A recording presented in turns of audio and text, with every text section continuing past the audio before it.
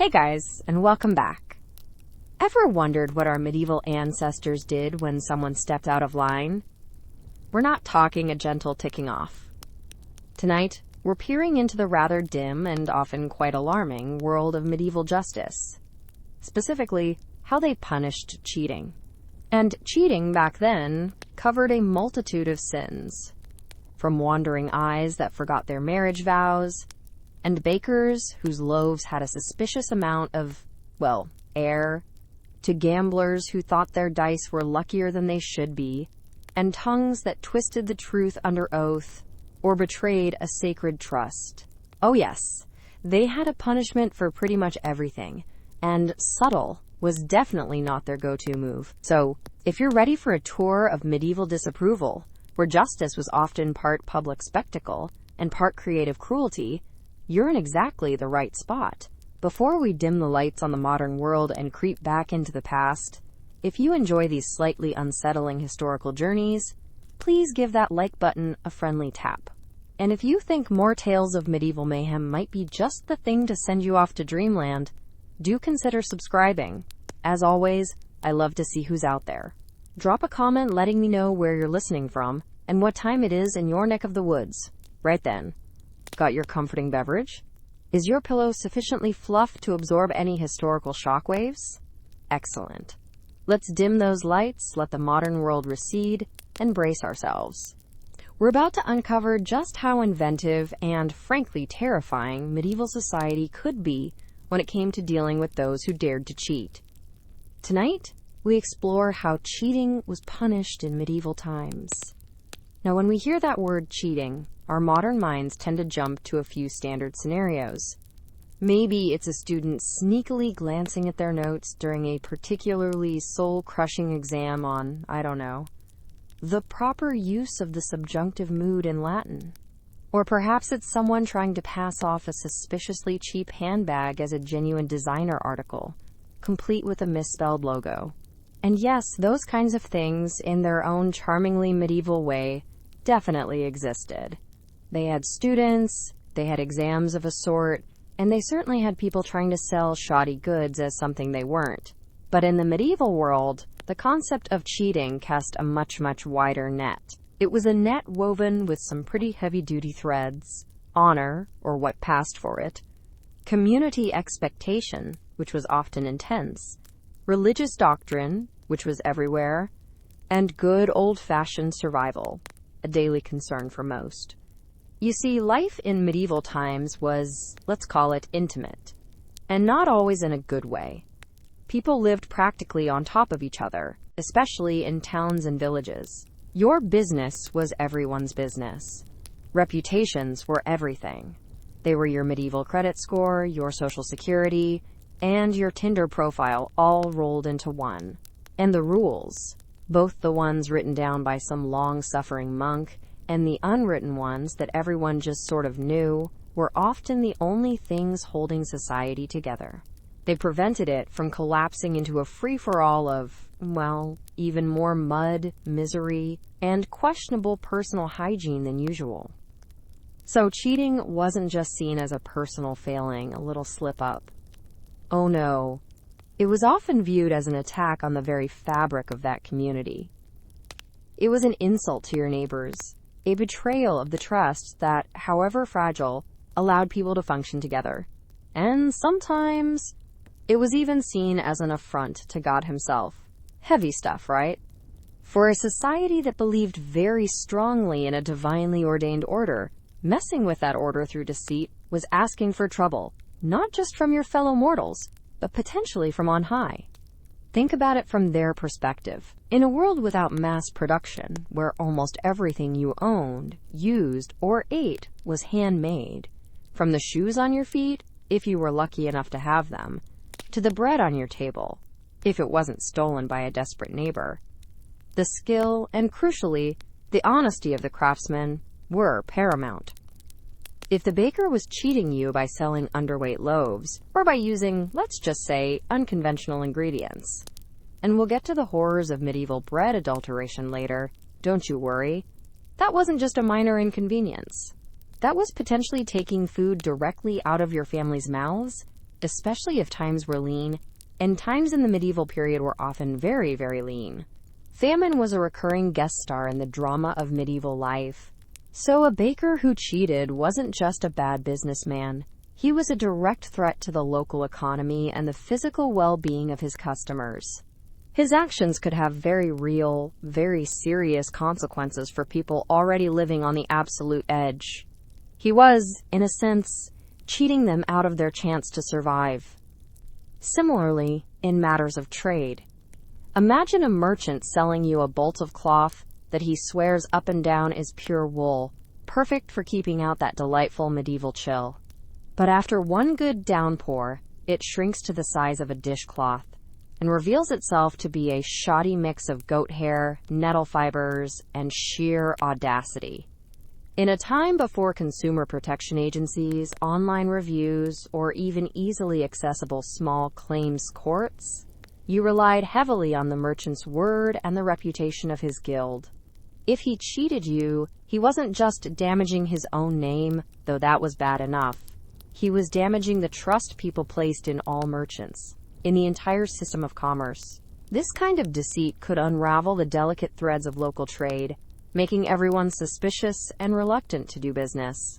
And in a world where trade was the lifeblood of burgeoning towns and cities, that was a very serious problem indeed. It was like a virus that could infect the entire marketplace. And then there were oaths and vows. Oh, the oaths and vows. In a society with limited literacy for the general populace and no foolproof way to verify identity or record transactions, no photo ID, no digital signatures, folks, a person's sworn oath was incredibly important.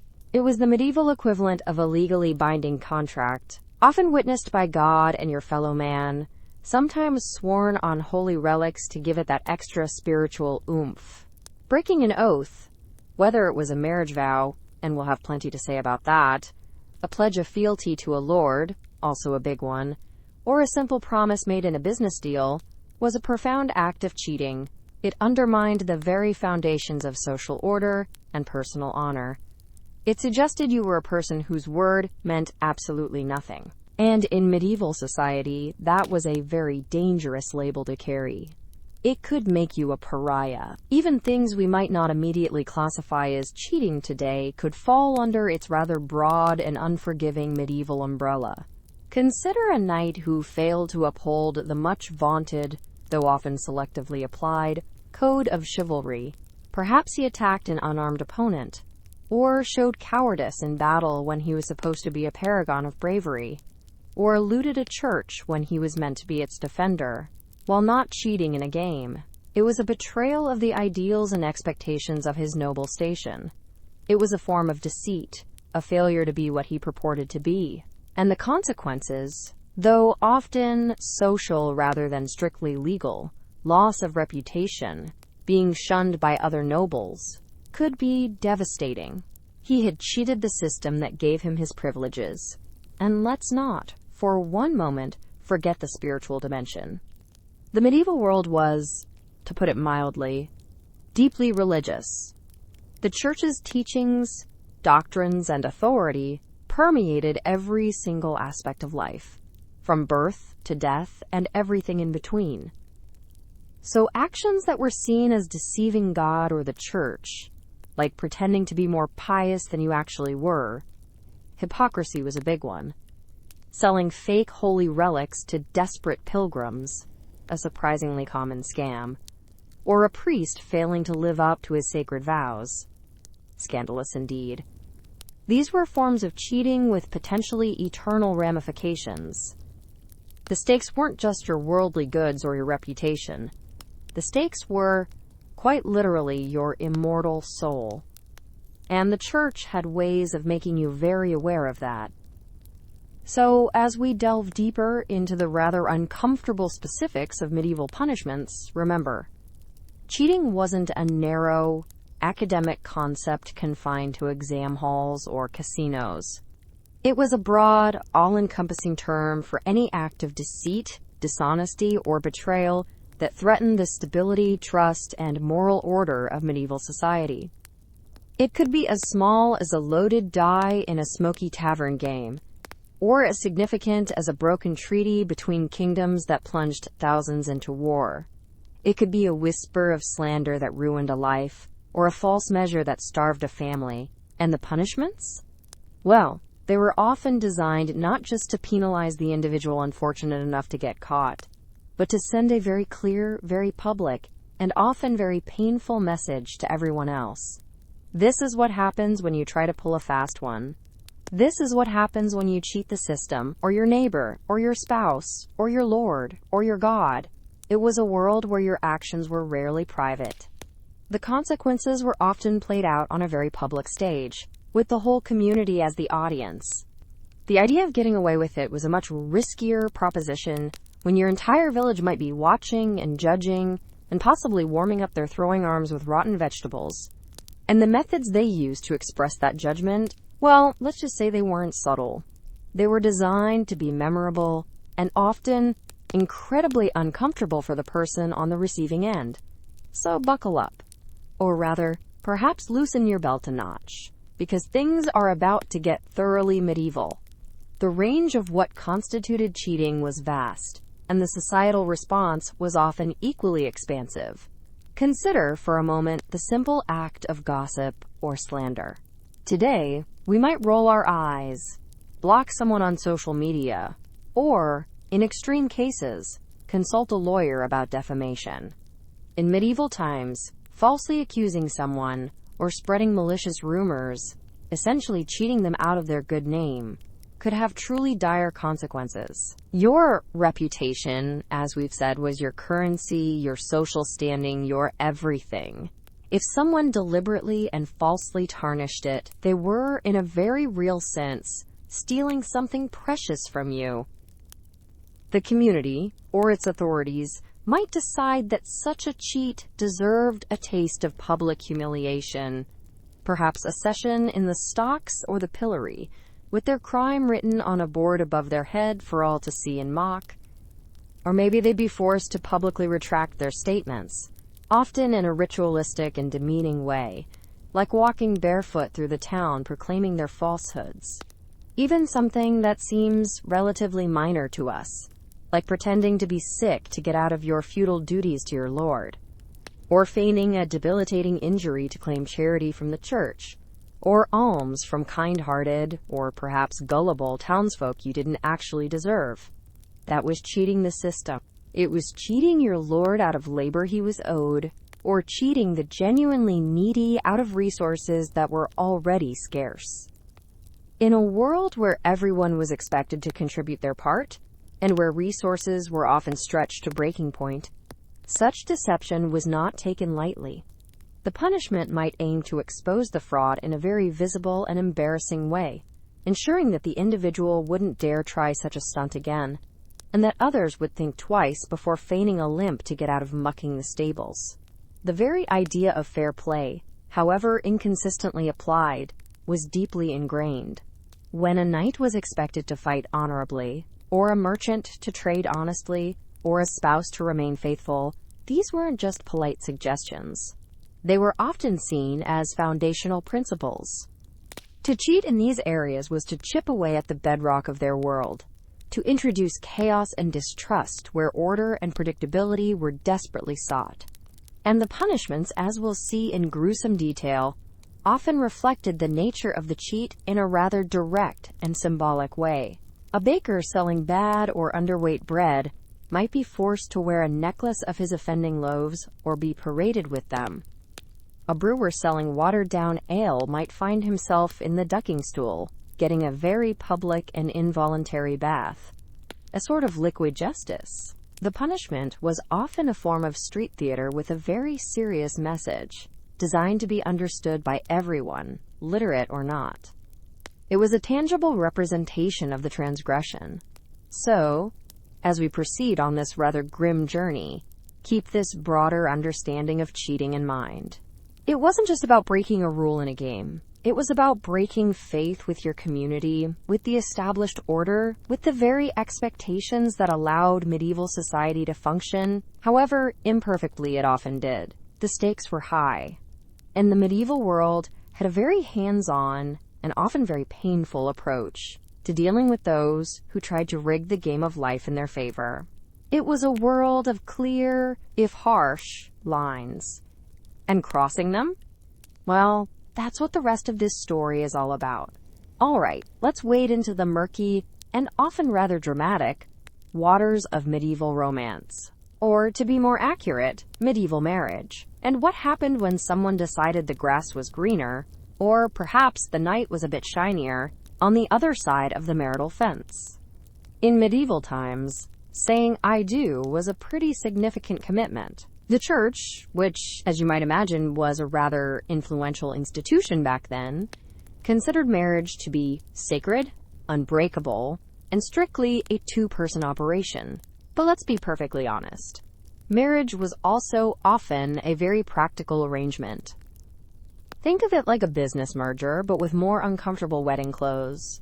Especially if you were a noble trying to snag some extra land or a useful political alliance. And a key part of this contract, particularly for the lady involved, was the understanding that she was, in many ways, considered the property of her husband.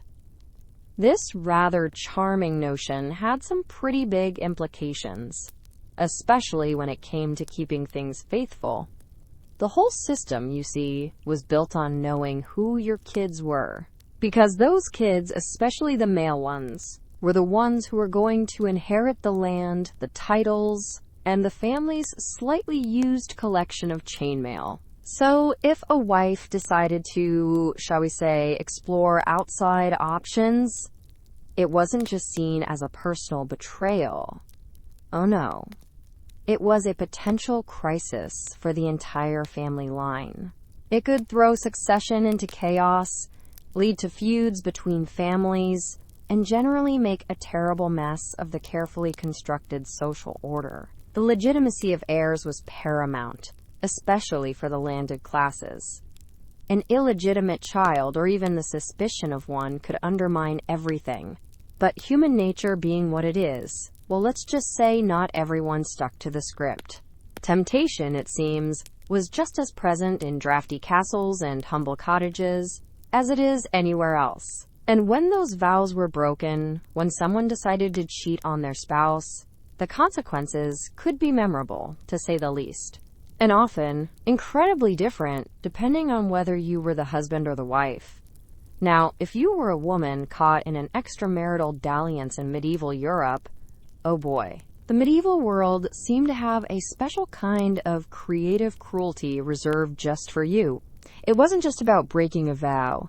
It was about threatening the very foundations of property, inheritance, and, of course, male honor. The anxiety around producing legitimate heirs was immense, and any doubt cast upon that could unleash a whole world of hurt. A woman's fidelity was not just a private matter, it was a public concern, directly linked to the stability of family lines and the transfer of wealth.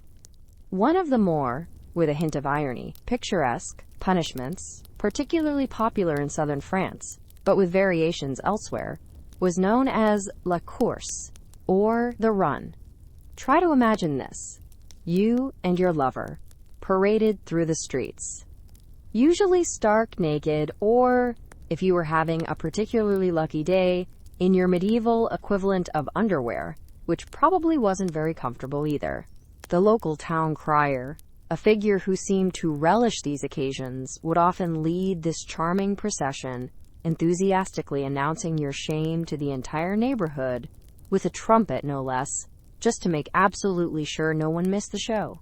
Sometimes, to add a bit more interactive entertainment, the woman was made to hold a leash attached to her lover's genitals as they did their public walk of shame. Yes, you heard that right. Classy, right? And if that wasn't quite enough public humiliation for one day, the crowd, often whipped into a frenzy of moral outrage, or perhaps just boredom, might be encouraged to beat the unfortunate couple at specific crossroads, or pelt them with whatever refuse was handy. It was less a punishment and more a particularly grim community festival, a form of ritualized shaming designed to be unforgettable. The public humiliation was the entire point, a stark, visceral warning etched into the collective memory of the town. But public parades weren't the only item on the menu of misery. Physical mutilation was a distinct and horrifying possibility, especially for women. For instance, there was a charming device, sometimes mentioned in more sensational accounts, known as the breast ripper or iron spider. This heated, claw-like instrument was allegedly used to slowly, well, you can probably guess, rip off one or both of the accused woman's breasts. If she survived this horrific ordeal, she was left permanently disfigured, a walking, breathing testament to her transgression, and a constant reminder to others. This delightful tool, if it was indeed widely used as some claim, wasn't exclusive to adultery, by the way. It was also quite handy for accusations of self-abortion, blasphemy, or witchcraft. Because nothing says "I'm sorry for my sins" like a medieval DIY mastectomy tool, apparently. It's worth noting that some historians debate the prevalence of such extreme torture devices, suggesting they might be exaggerated or from later periods, but the fear of such things was certainly real. Germanic traditions, which influenced many parts of medieval Europe, offered their own unique spa day of shame. If a husband caught his wife in the act, he might shave off her hair, a common symbol of shame, strip her naked in front of her relatives, just to add to the family fun, kick her out of the house, and then flog her through the village for good measure. Nothing like a bit of community participation in your punishment. Anglo-Saxon King Canute's laws from the 11th century in England were also quite specific and rather unpleasant. An adulterous woman would lose all her property to her wronged husband and, just for kicks, have her nose and ears cut off. This wasn't just painful, it was a permanent mark of her shame, making her an outcast. Other potential outcomes for an adulterous wife included banishment, which could be a death sentence if she had nowhere to go, being packed off to a monastery, sometimes for a couple of years, as per Justinian law, essentially a form of imprisonment, or the confiscation of her dowry and all her worldly goods. Death was also very much on the table. Roman Emperor Constantine had introduced the death penalty for adultery, and Frankish law, in some interpretations, even permitted the husband to murder his adulterous wife on the spot if caught. Sometimes, if the husband was feeling particularly magnanimous, or perhaps just wanted to avoid the mess and potential blood feud, he might just repudiate her. This was basically medieval ghosting, but with significantly more public shame and the complete loss of any property rights she might have had. The focus was clearly and heavily on the woman as the primary offender, the one whose actions directly threatened the patrilineal order. Her body was, in essence, the property of her husband, and her infidelity was a theft from him. Now, what about the other half of this illicit equation? The lover. The man who dared to poach on another's territory? Well, he wasn't entirely off the hook, especially if he was caught with another man's wife. As mentioned, if the husband stumbled upon the pair in flagrante delicto, as they say, medieval law in many Germanic and Roman-influenced areas gave him the right to kill both his wife and her partner on the spot. Talk about a rude interruption to your afternoon tryst. Roman tradition also prescribed banishment and confiscation of property for the male lover.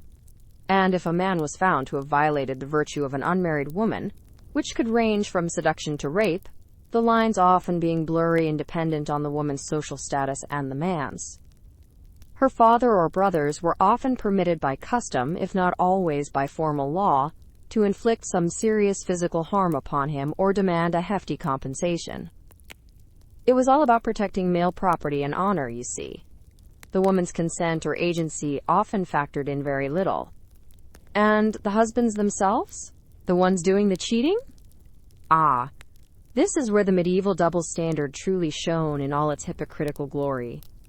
Generally, a husband could engage in extramarital affairs, particularly with unmarried women, servants, or women of a lower social standing, with relatively few legal consequences from secular authorities. His vows, it seemed, were made of more flexible, more forgiving material. The crime, in the eyes of secular law, wasn't so much his infidelity to his own wife, but whether he was meddling with another man's wife, thereby infringing on that man's property rights. If he confined his philandering to women not owned by other men of his status, society often shrugged or even winked. The church, to its credit, did try to level the playing field a little bit. Ecclesiastical law, at least in theory, viewed extramarital sex as a sin for everyone, regardless of gender. The church was basically saying, hey, sin is sin, buddy, and that includes you, Lord Fancy Pants, with your wandering eye and your string of serving wenches. Priests would preach against male adultery, and men could be called before church courts and assigned penance. But while the church might preach equality in sin, the local lord or the prevailing civil law often had a more nuanced and self-serving view, especially when it came to powerful men. The very structure of society, built around male lineage and property, meant that a wife's infidelity was a direct hit to the core of that system, while a husband's was often just, well, a Tuesday, or perhaps a sign of his virility, in some circles.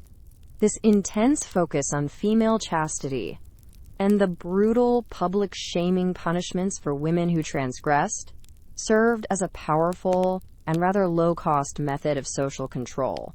It reinforced the idea of women as property, whose primary value, in the eyes of many, lay in their ability to produce legitimate heirs for their husbands and maintain the honor of his name. So if we were to gauge the level of misery on an imaginary medieval misery meter for adultery, well, let's just say your social standing, and whether you were wearing trousers or a petticoat, made a world of difference. But it was rarely a get-out-of-jail-free card, especially if you were a woman. For a noble woman caught straying, her fate could span a rather dramatic spectrum. At one end, she might find herself unceremoniously packed off for a forced retirement to a drafty convent. Slightly wry. You'd best bring your own furs for that chilly experience, darling, and cross your fingers that your family still remembered to send an allowance for, well, for slightly less stale bread and perhaps a warmer habit. At the other, more terrifying end of the scale, she could be quite literally losing her head, figuratively and actually, often after a very public and frequently biased show trial. The stakes for noble ladies playing fast and loose with their marriage vows were indeed perilously high. And what of the nobleman who became her partner in this risky romance, the other man in the equation? If he dared to dally with another man's highborn wife, he often found himself squarely in what we might call the high treason hangover category. This frequently involved an unpleasant interlude with professional torturers, who were very keen to hear about any accomplices, real or imagined. This was usually followed by a gruesome public execution, designed to be as memorable as possible. And just to add a final insult to a very fatal injury, all his lands and titles would likely be forfeited to the crown, or perhaps to the deeply offended family he'd wronged. A rather permanent and messy end to his philandering days, wouldn't you say? Now picture the nobleman husband himself, if he was the one doing the cheating. His experience, you'll be shocked to hear, was usually quite different. He might expect a metaphorical slap on the wrist from the church, perhaps some prayers to mutter, or a small fine. His main worry, aside from an understandably unhappy wife, might be to avoid getting caught by her powerful brother, lest he find himself on the unfortunate end of a so-called hunting accident in a conveniently remote forest. Domestic bliss, you understand, was not always guaranteed, even if serious legal repercussions were light for him. Let's descend the social ladder, shall we? For the peasant woman, life was already tough, and adultery made it immeasurably worse. If her affections wandered from her goodman, she could expect to be the unwilling star of a public humiliation parade, with optional extras like a thorough flogging, perhaps a bit of nose chopping or ear cropping to permanently mark her transgression, and eventual banishment from her village. This was economically and socially ruinous, with a very high chance of lifelong stigma. There was no quiet retirement to a well-endowed convent for her. More likely, It was a slow, miserable fade into destitution and isolation. And the peasant man, who was her lover, his prospects weren't much brighter. He was looking at a scenario we could title, Painful Encounter with an Angry Husband or the Entire Village Mob, liberally seasoned with fines he definitely couldn't afford to pay. Or worse, not exactly a recommended career move in the close-knit, often unforgiving medieval village. It seems the higher you climbed that treacherous social ladder, the more politically charged your romantic entanglements and their potential fallout became. But also, sometimes, just sometimes, the more options there were for a carefully managed outcome, especially if you had enough power, influence, or a particularly pressing diplomatic need to avoid a public scandal that could tarnish an entire dynasty or disrupt a crucial alliance. For the common folk, though, justice, or what passed for it in these matters, was usually far more straightforward, terribly public, and almost invariably painful. There were no spin doctors or high-powered legal teams in the medieval village to manage the fallout from a bit of illicit afternoon delight. When it came to matters of the heart and broken vows, you didn't just have the local lord or an angry spouse to worry about. Oh no, you also had God, or at least his very vocal and often very powerful representatives on earth, the church. And they had opinions. Lots and lots of them. This often led to a fascinating, and sometimes rather conflicting, even overlapping interplay between ecclesiastical, that's church, law, and secular, that's civil or common law. It was like having two different sets of referees on the field, and sometimes they blew the whistle for different things, or argued over who got to make the final call. Let's start with the church's perspective. Ecclesiastical courts, which handled a wide array of moral and marital matters, including breach of promise, legitimacy of children, and, of course, adultery, generally viewed adultery as a sin for everyone, regardless of their gender or social standing. The church, in its official doctrine, was an equal opportunity condemner on this particular issue, at least in theory. Punishments handed down by church courts typically involved religious penance. This could mean fasting, sometimes on bread and water for a significant period, going on pilgrimages to distant and often dangerous shrines, a costly and time-consuming affair, reciting a certain number of prayers, hundreds, even thousands, or, for a more public display of contrition, appearing before the entire congregation, often on a Sunday, dressed in a penitential white sheet, barefoot, perhaps holding a candle, and publicly confessing their sin and begging for forgiveness. This was the medieval walk of shame garment, designed for maximum humility. Fines could also be levied by ecclesiastical authorities, payable to the church, which helped fund its activities and sometimes, cynics might say, its rather comfortable clerical lifestyles. Importantly, the church officially banned the killing of adulterers, even if they were caught in the act. While secular law might permit a husband to take immediate, violent revenge, the church condemned such actions as murder.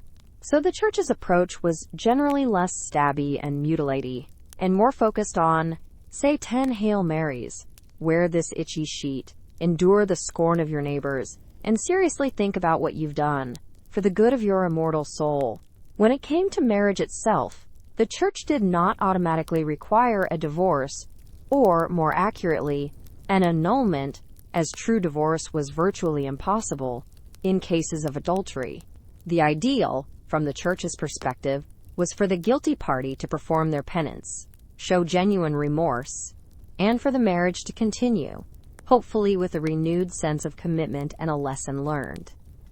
Annulment, declaring that a valid marriage had never existed in the first place, was incredibly difficult to obtain, and adultery, while a serious sin, was not always straightforward grounds for it unless combined with other factors, like a pre-existing impediment to the marriage.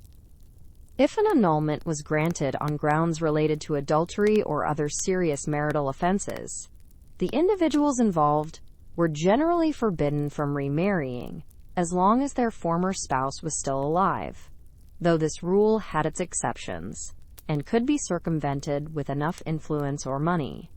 For particularly egregious or unrepentant sinners, especially those of high status who defied church rulings or flaunted their sins, excommunication was the ultimate spiritual sanction, a terrifying prospect in a deeply religious society.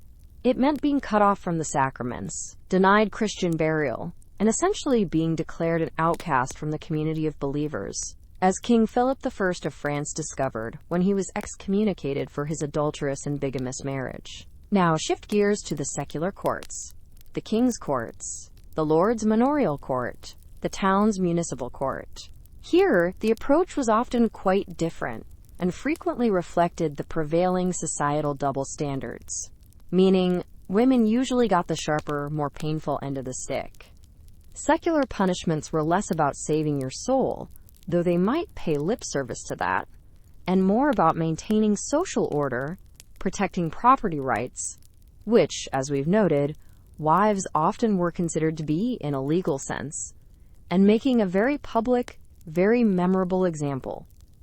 This meant fines, certainly, but also a much greater emphasis on corporal punishment. Flogging was common, and could be brutal. Mutilation, such as cutting off the nose or ears of an adulterous woman as prescribed by Canute's laws in England, was also a horrific reality, designed to permanently mark her as a sinner and an outcast. Public humiliation was a cornerstone of secular justice for adultery, with rituals like la course in southern France being prime examples, where secular municipal governments often took the lead in prosecuting these cases and orchestrating the shaming. Banishment from one's town or village was another severe penalty, effectively cutting an individual off from their community, their livelihood, and any support network they might have had. The confiscation of a woman's property or dowry was also a common secular punishment, reinforcing the economic aspects of the marriage contract and the idea that her infidelity had damaged her husband's estate. And, as we've seen, death was by no means off the table in secular law, especially under older Germanic codes or specific Roman-influenced legislation that allowed a husband to kill his wife and her lover if caught in the act, a right that persisted in some areas for a surprisingly long time. This created a fascinating and often confusing jurisdictional tug-of-war. Who got to punish the adulterer, the church court or the Lord's court? Could you be punished by both? In England, for instance, after the Norman conquest, the primary responsibility for punishing adultery gradually shifted towards the ecclesiastical courts. Adultery became, for a time, exclusively a concern of the church courts, and was not a crime at common law for which you could be indicted and tried by the king's judges. However, this didn't mean secular law completely washed its hands of the matter. The old common law principle allowing a cuckolded husband to enact lawful revenge killing in certain circumstances, like catching them in the act, persisted for a while, or at least mitigated the charge from murder to manslaughter. And local secular courts, like manorial courts or borough courts, sometimes still passed judgment in adultery cases, or dealt with related offenses like public disorder arising from an affair, blurring the lines of authority. This evolution of legal power wasn't always a neat and tidy process. It was a dynamic interplay, a constant negotiation, and sometimes outright conflict between religious and secular authorities over who had the right to define and punish moral and social transgressions. Sometimes, the two systems worked in tandem. Other times, they were at odds. One interesting development, particularly in places like southern France, where public shaming rituals like la course were particularly severe and potentially disruptive to the entire community, not just the guilty parties, was the eventual emergence of fines as a pragmatic alternative, payable to the town. From around the mid-13th century, it became possible for adulterers to pay a sum of money to avoid the mortifying public parade. By the 14th century, fines often became the first option, with the run reserved for repeat offenders, those who couldn't or wouldn't pay, or aggravated cases, like if the affair resulted in an illegitimate child or involved a clergyman, which was a whole other level of scandal. This shift might have occurred because the extreme public shaming of la course also brought dishonor upon the innocent cuckolded spouses and their entire families, who might prefer a quieter, if more expensive, resolution. Perhaps society, or at least the authorities, realized that such widespread humiliation could be counterproductive, causing more social disruption than it solved. Or maybe it was just a more efficient way to generate revenue for the town coffers. Probably a bit of both. Either way, it shows a certain pragmatism creeping into the system, a move towards monetizing sin. The church aimed for spiritual correction, focusing on penance and the soul. Secular powers, on the other hand, were more concerned with immediate social control, property rights, and very visible deterrence, leading to punishments that were often far more physical, public, and final. The medieval adulterer often had to navigate both these systems, hoping to avoid the worst of each. But perhaps no case of medieval adultery screams, "Grab your popcorn and settle in for some serious historical tea," quite like the Tour de Nesle affair. This wasn't just any cheating. This was French royal cheating, involving the daughters-in-law of the formidable King Philip IV, known as Philip the Fair. And the fallout, as you might imagine, was nothing short of spectacular. A medieval soap opera with real blood and very high stakes. The main players in this rather juicy drama were Margaret of Burgundy and Blanche of Burgundy. They were married to Philip IV's sons, Louis, the future King Louis X, also called the Quarrelsome or the Headstrong, and Charles, the future King Charles IV, also called the Fair, respectively. They were the ones accused of the actual adultery, the ones who allegedly let their royal vows get a bit tangled.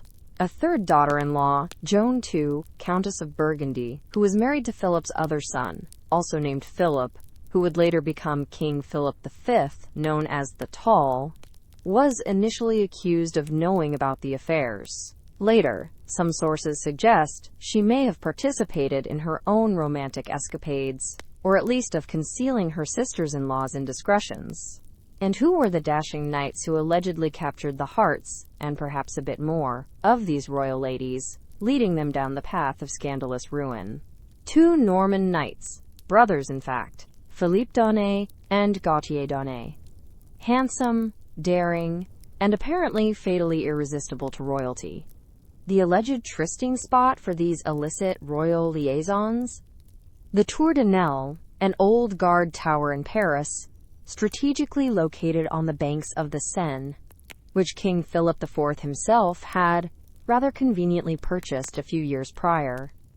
It seems it was being used for more than just guarding the river traffic. Perhaps it offered a degree of privacy, or so they thought. The whole sordid mess reportedly came to light thanks to Isabella, King Philip IV's daughter, who was also, rather ironically, the Queen of England, unhappily married to Edward II, story of its own. Nothing like a bit of family drama to spice up international relations and bring down a dynasty from within. Whether Isabella acted out of moral outrage, political calculation, or perhaps a bit of sisterly jealousy, her accusations set in motion a chain of events that would horrify the courts of Europe. Once the accusations were made public by the king, and you can imagine King Philip the Fair, known for his piety and iron will, was not amused. The investigation was swift and brutal. The Aunay brothers, Philippe and Gautier, were arrested, interrogated, and, as was standard procedure for such serious accusations, especially those touching the royal family, tortured. Unsurprisingly, under torture, which medieval interrogators were very skilled at applying, they confessed. They admitted to adultery with Margaret and Blanche over a period of time, detailing clandestine meetings involving drinking, eating, and other, less culinary, activities in the infamous tower. With these confessions, extracted under unimaginable pain, they were found guilty not just of adultery, but of lèse-majesté, high treason, because apparently sleeping with a princess, especially one in line to be queen, was considered a direct attack on the crown, an insult to the king's majesty, and a threat to the stability of the realm. It was a very quick way to find yourself on the receiving end of the state's full, terrifying wrath. The princesses themselves, Margaret and Blanche, were tried before the Paris Parlement, the highest court in France. Given the knight's confessions, extracted under duress, of course, but confessions nonetheless, the verdict was a foregone conclusion. They were found guilty of adultery. Their heads were shaven, a traditional mark of shame for adulterous women, even royal ones, and they were sentenced to life imprisonment. Joan, the third sister-in-law, wife of the middle son Philip, had a slightly different and luckier fate. She was initially placed under house arrest at the castle of Dordogne, accused of knowing about the affairs and not revealing them, or even of participating. However, she was eventually acquitted by the Parlement in 1315. This was possibly due to the staunch support of her husband Philip, who may have wanted to preserve his marriage for political reasons, as Joan was heiress to the wealthy county of Burgundy, or perhaps because the evidence against her for direct adultery was less compelling, or simply because the king decided enough royal blood had been tainted by scandal. Despite her acquittal, whispers about her own potential indiscretions lingered for the rest of her life. Now, for the punishments. And this is where medieval justice really rolled up its sleeves to show it meant business, especially when treason was involved. The knights, Philippe and Gautier d'Agny, faced an end that was as gruesome as it was public, a truly horrific spectacle.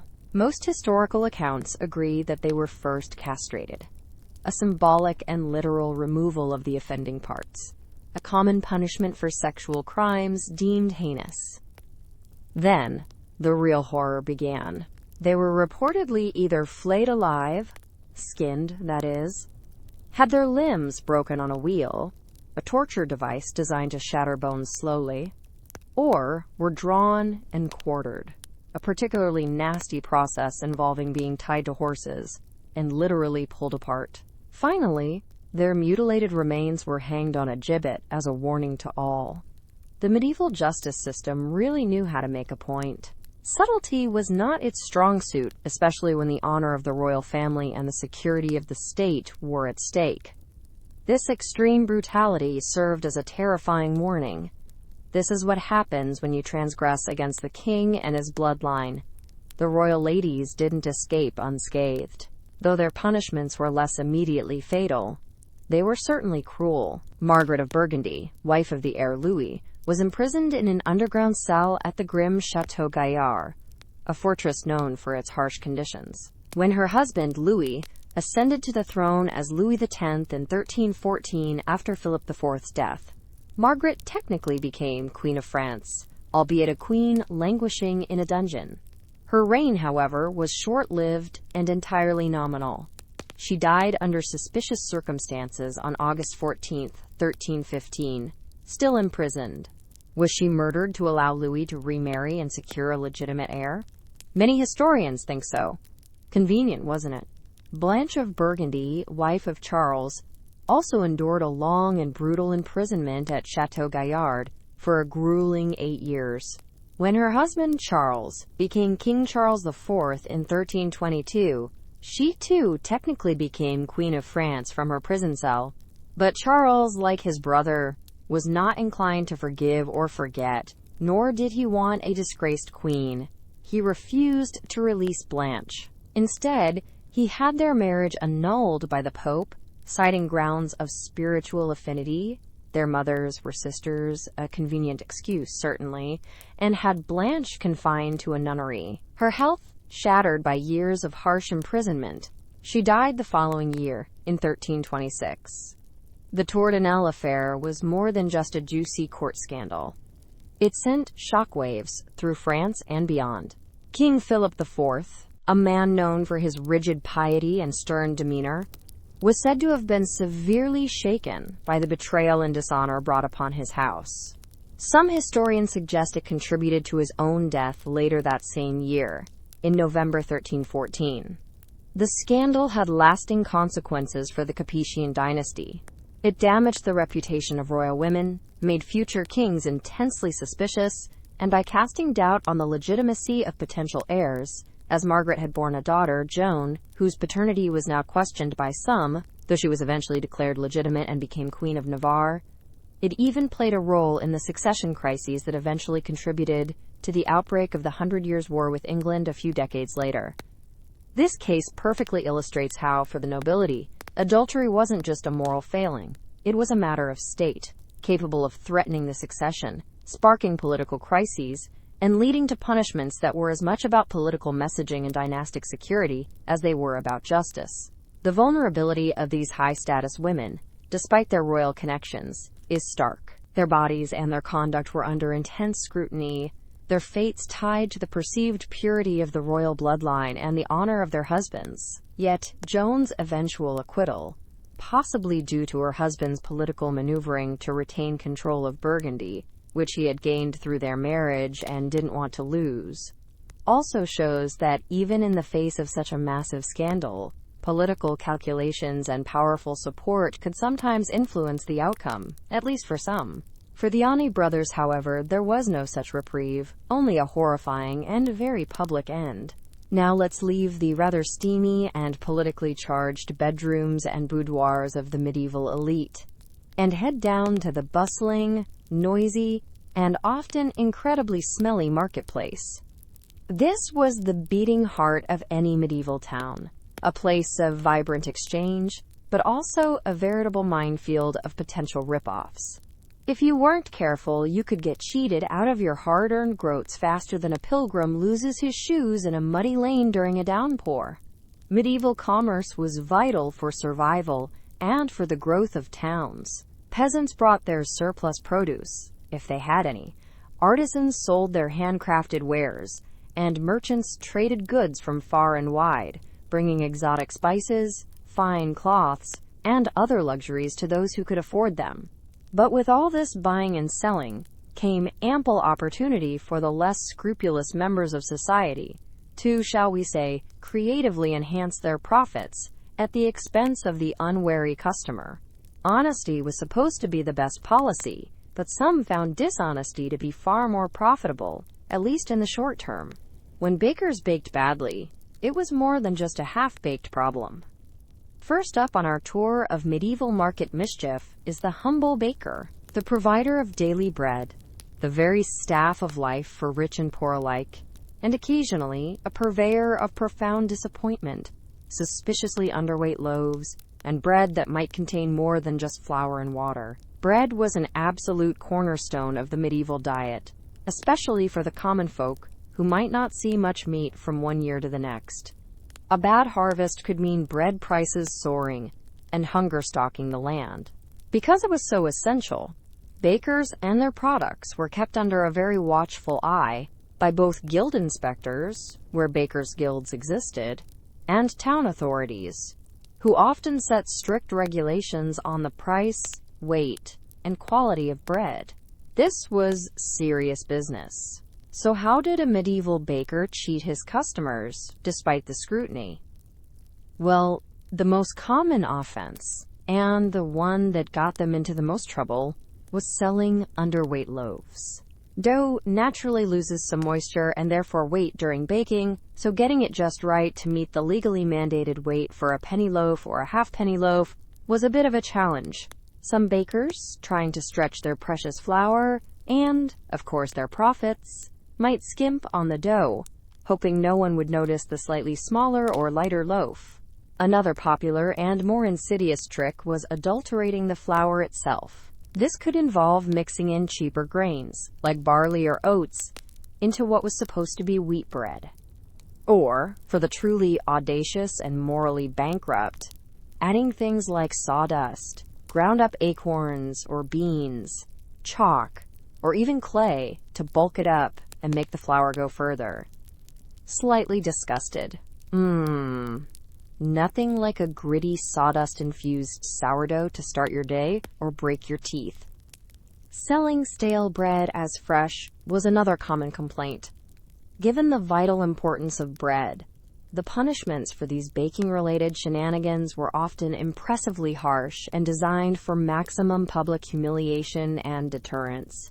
One particularly feared penalty, widespread in Central Europe, particularly in German-speaking lands from the 13th to the 18th century, though with variations elsewhere, was the baker's baptism or plunge, known as Bakrtopf in German. If a baker was caught red-handed with bread that was too light or adulterated, he wouldn't just get a slap on the wrist or a sternly worded letter. Oh no. He would be tied to a special chair, or even better, put into a large wicker shame basket, or Schandkorb as it was called. Then, he'd be presented to a jeering, spitting, and often stone-throwing crowd, who were usually delighted by the prospect of some free, if rather grim, entertainment. And the grand finale?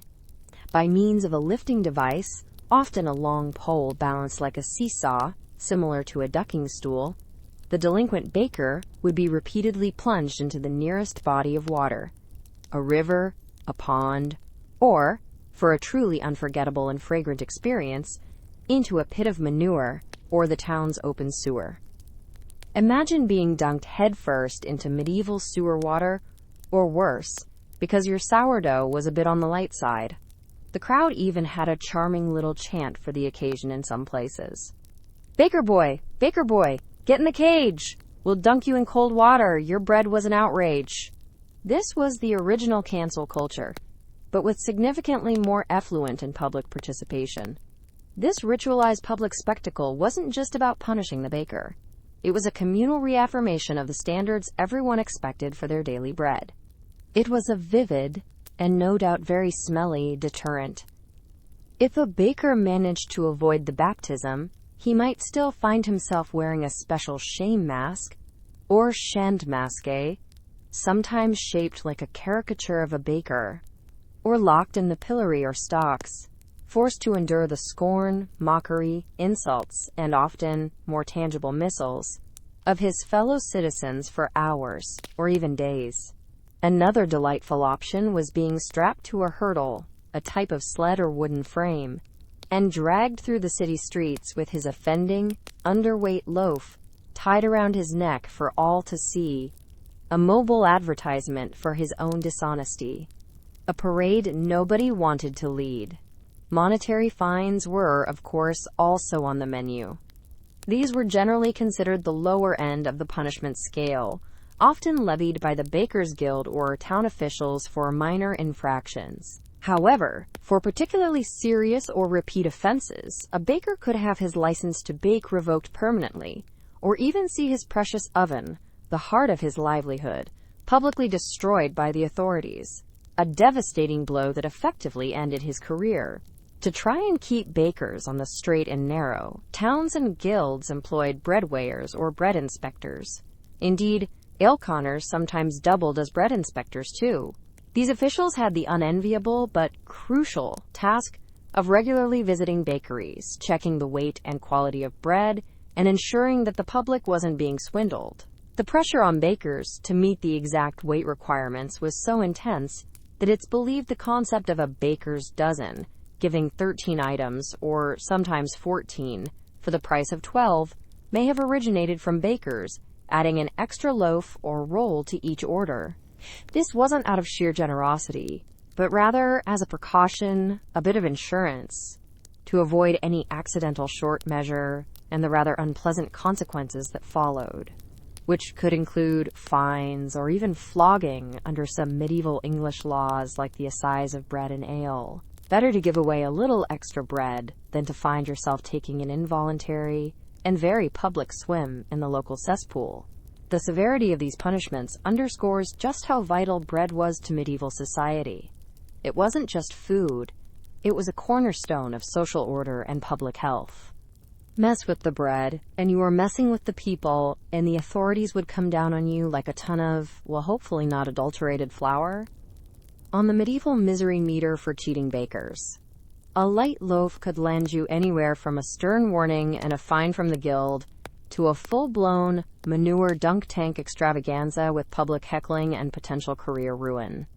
Definitely a profession where you wanted to mind your P's and Q's and your ounces and ingredients. When it came to dodgy dealers and false measures, merchant mischief was rife. Beyond the bakery, the medieval marketplace was a veritable smorgasbord of opportunities for trickery and deceit.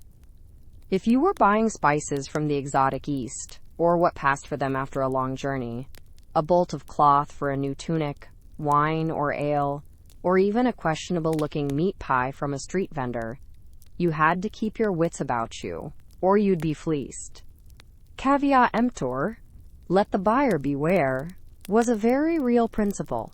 Common cheats were as varied as the goods on offer.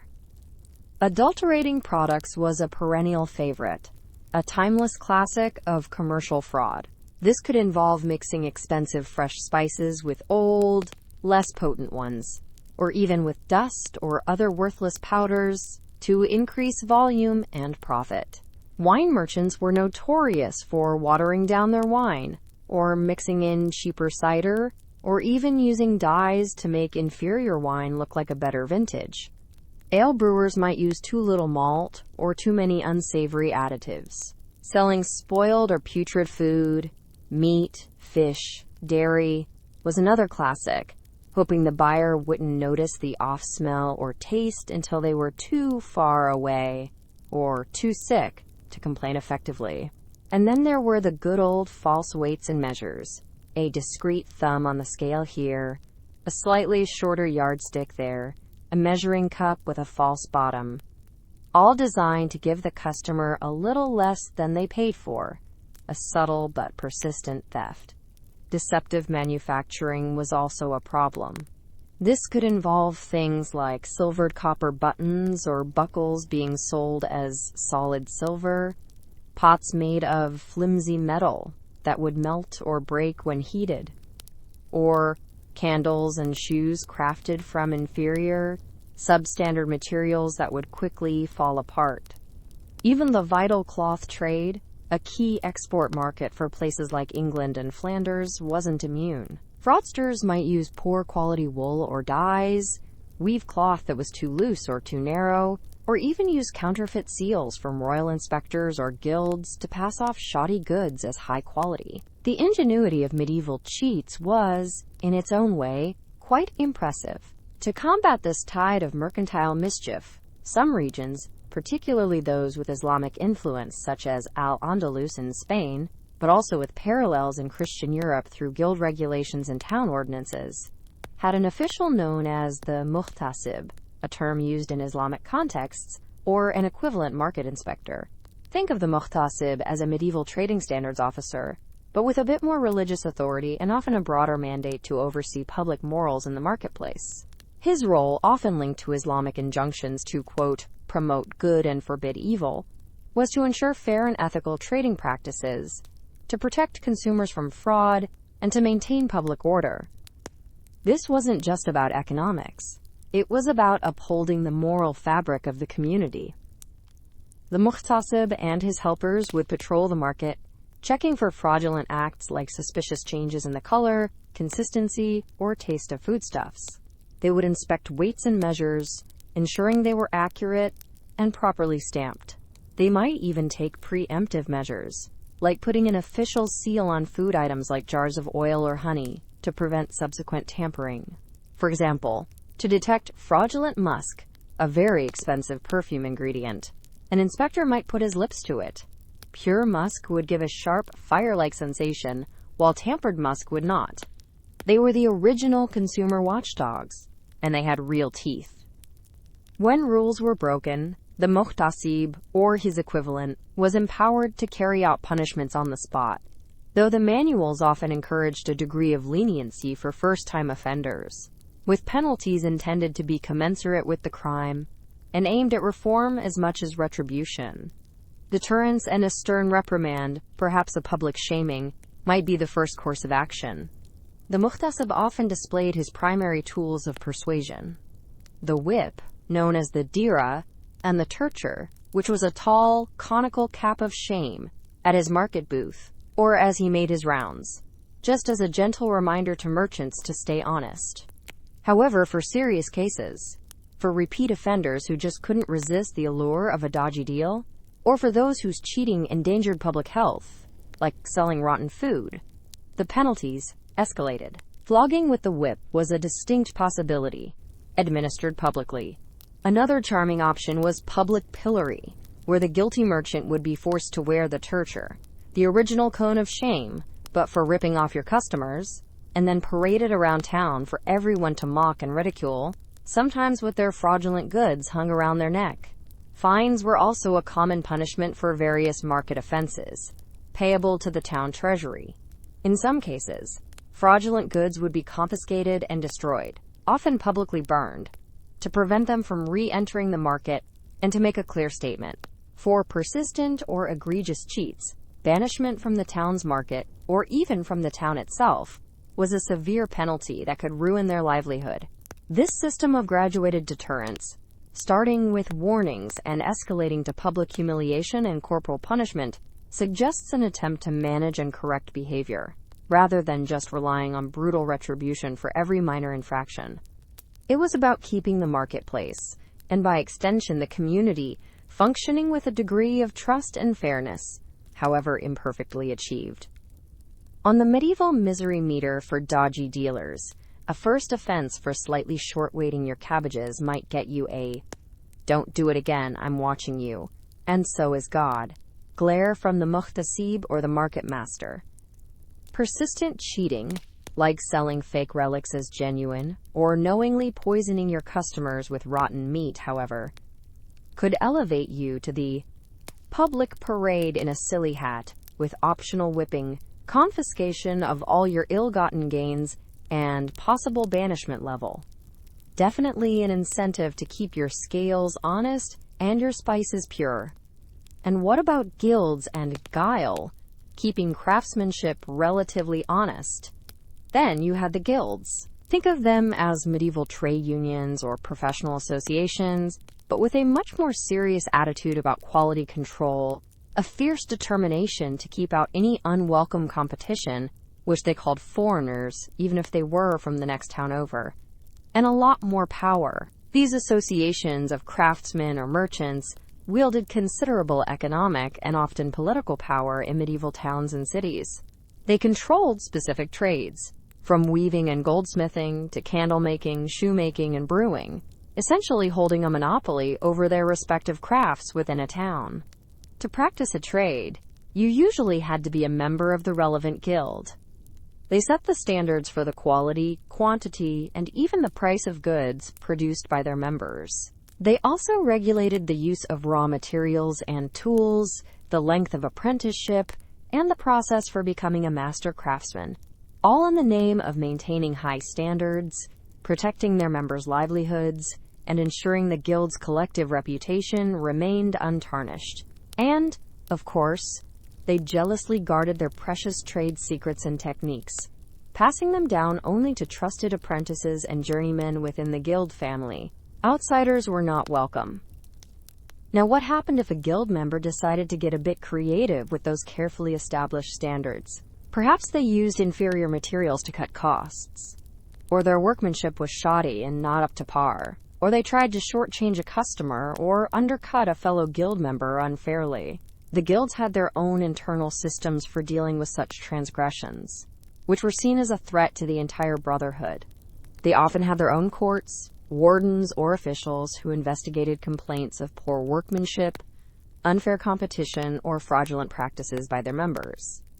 This internal policing was vital because if one member produced shoddy goods or cheated a customer, it reflected badly on the entire guild and could undermine their credibility, their reputation for quality, and their valuable monopoly. A bad apple could spoil the whole barrel, and the guilds were determined to root out those bad apples. Punishments for fraudulent members could vary, but they were often designed to be effective and exemplary within the trade community. Monetary fines were a common penalty for rule violations or producing substandard goods.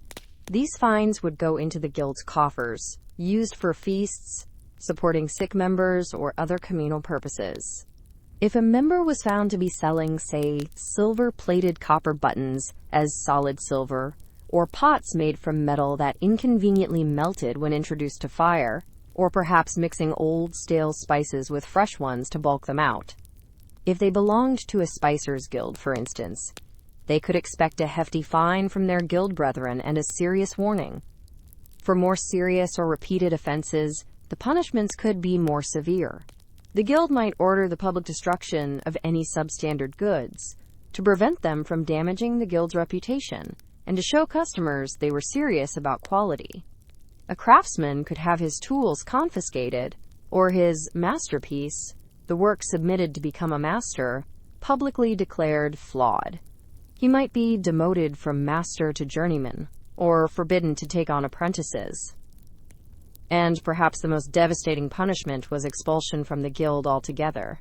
In a medieval town where the guild controlled access to raw materials, tools, customers, and the very right to work in that trade, being kicked out was like being professionally canceled, medieval style. It could mean financial ruin, social ostracism, and being forced to leave town to try and find work elsewhere, where you'd be an unwelcome foreigner. Guild inspectors, often called wardens or searchers, played a crucial role in this system. They had the right to enter workshops, inspect goods, and ensure that members were adhering to the guild's strict regulations regarding materials, techniques, and quality. They established detailed specifications for materials, dimensions, and workmanship. These guilds, in many ways, acted as quasi-legal entities, with their own statutes, disciplinary powers, and the authority to enforce their rules, often working in conjunction with local town authorities to punish fraudulent acts, especially if they harmed the public. However, it's worth noting that while guilds were keen to prevent fraud among their own members to protect their collective reputation and their economic interests, their very nature was monopolistic. They limited the number of workshops, set prices, which could be artificially high, and controlled access to trades, which could be seen as a form of market manipulation that wasn't necessarily fair to aspiring craftsmen outside the guild or to consumers in a broader sense. They were often resistant to technological innovations or new methods that might threaten their members' established ways of doing things or reduce the need for their specific skills. So while they punished internal deceit and shoddy workmanship, their overall aim was to protect their own privileged position in the market. They were about quality control, yes, but also very much about self-preservation and maintaining their monopoly. On the medieval misery meter for a cheating guild member, producing a wobbly chair or a rusty sword that didn't meet guild standards might earn you a stern lecture, a fine from the guild master, and you'll have to remake it properly this time. Repeatedly trying to pass off pewter as silver, or consistently producing dangerous or unusable goods, you might be looking at career over, tools confiscated, public shaming by your former colleagues, and kicked out of town. The guilds took their brand and their monopolies very, very seriously. Now, from the supposedly regulated world of craftsmanship and trade, where rules and quality were paramount, we venture into a domain far more reliant on fickle fortune, quick wits, and the shadowy art of deception. A place where fortunes could vanish with the roll of a die, or a cleverly stacked deck. Gambling. The timeless human pursuit of getting something for absolutely nothing. Or, more often than not, getting absolutely nothing for something, and possibly losing your shirt and your temper in the process. Medieval folks, it turns out, loved a good wager just as much as anyone, even if the church wagged its finger disapprovingly, calling it a sin and a gateway to idleness and ruin. And the local authorities often tried to shut down the fun, or at least control and tax it. Despite restrictions, and sometimes because of them, gambling was a popular pastime that cut across social classes. From sailors and soldiers dicing away their meager pay in smoky dockside taverns, to peasants betting on cockfights or wrestling matches at village fairs, to nobles in their drafty castles wagering fortunes on games of chance or skill. It was a way to pass the time, to socialize, to experience a thrill, and for a lucky few, a way to make a quick profit. For many more, it was a quick way to poverty. So what were they playing? Well, forget your fancy, well-lit casinos with their elaborate poker tables and blinking slot machines. Medieval gambling was a more rustic and often more raucous affair Dice games were incredibly common, easy to learn, portable, and came in many varieties. You just needed a pair of dice, often made of bone, wood, or ivory, and something to bet. One popular game was raffle, where you'd roll 3 dice and hope they all landed on the same number, a raffle, or at least the highest pair if no one got a treble. Then there was hazard, a more complex and exciting dice game that was a forerunner to modern craps. Hazard was notoriously popular in taverns and gambling dens, and often led to heated disputes, brawls, and, you guessed it, a great deal of cheating. Card games started to become popular in Europe from around the late 14th and 15th centuries onwards, though they'd been around in China and other parts of Asia for much longer. Early European playing cards were often hand-painted and expensive, but as printing developed, they became more accessible. Due to their strong association with gambling and idleness, and the fact that they were harder for authorities to regulate than public dice games, card games were often forbidden by local authorities or heavily restricted. If you were looking for a less rule-intensive way to lose your money, and one that was almost pure con artistry, there was always thimble rig, better known today as the shell game or the cup and balls game. This was less a game of chance and more a street scam, often run by organized gangs of sharpers, relying entirely on the dealer's sleight of hand, misdirection, and often a team of shills in the crowd to dupe unsuspecting punters. Fast talking, like a con artist. Keep your eye on the piece, sir. Which cup is it under? Oh, too slow. Better luck next time. And next. And next. And for those who preferred even simpler thrills, there was cross and pile, the medieval version of heads or tails, played with a single coin. Fortunes could be won and lost on the flip of a coin, just as they are today. Beyond these, people bet on animal fights like cockfighting or bear baiting, races, wrestling matches, archery contests. Basically, if it moved or could be competed at, someone was probably betting on it. Naturally, where there's gambling, there's an overwhelming urge for some participants to improve their odds through less than honest means. Cheating was rampant, and cheaters developed a whole arsenal of tricks. One of the most common methods involved dice.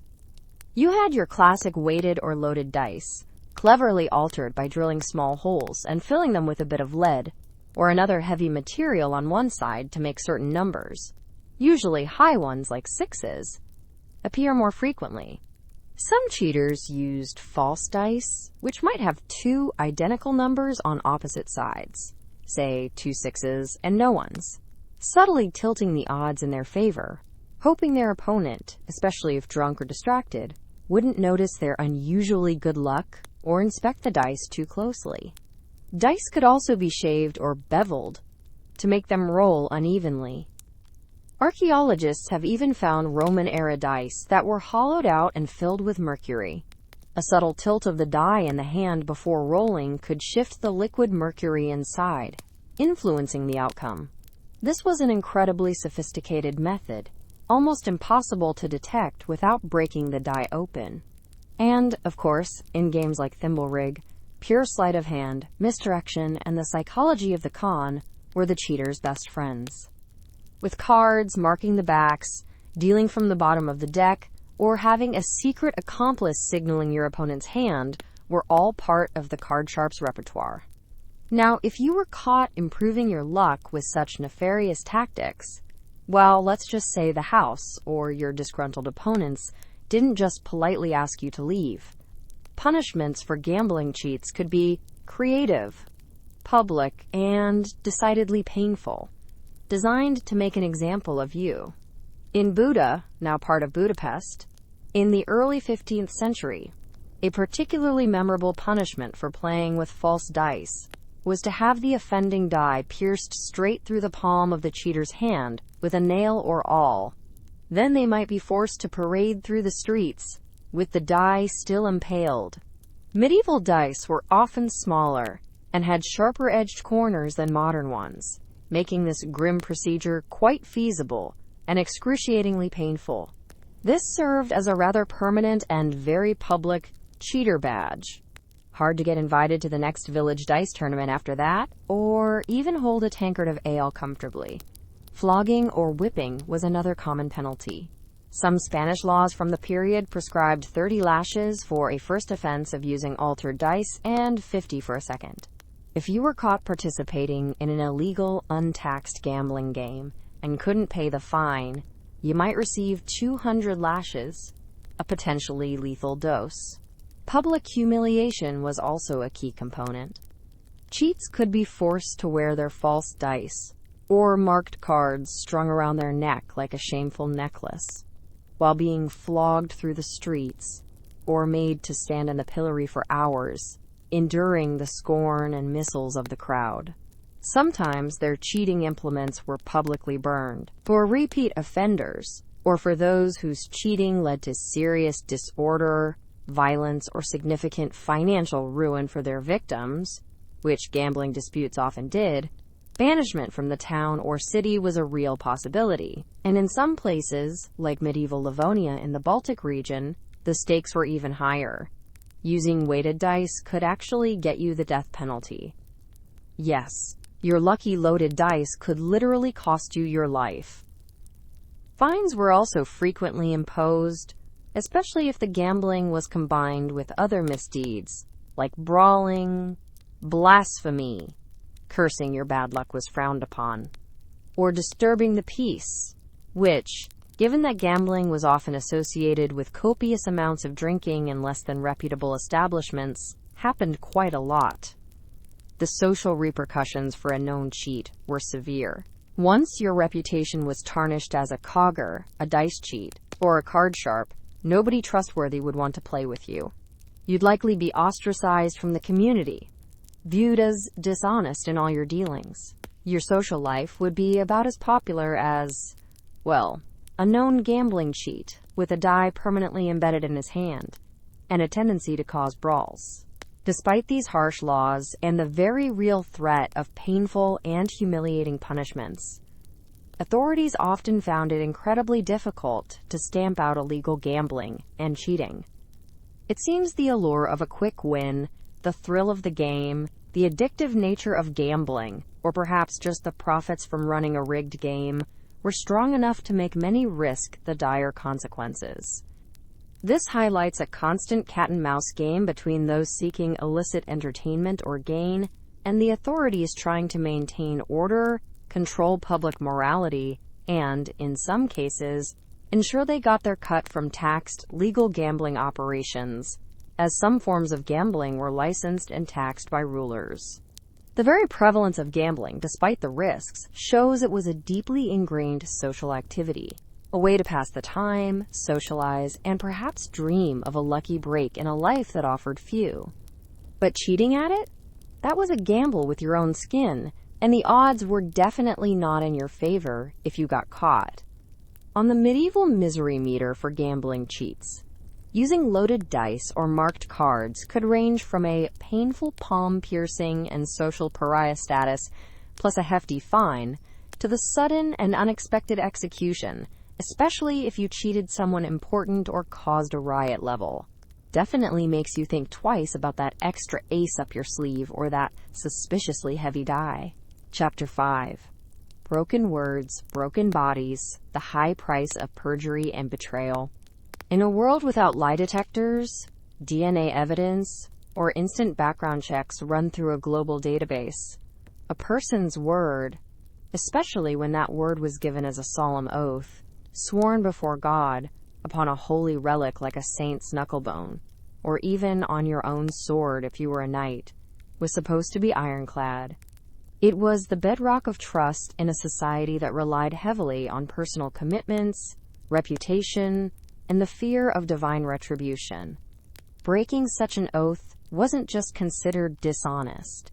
It was a profound offense against God, against the community, and against the very fabric that held medieval society together.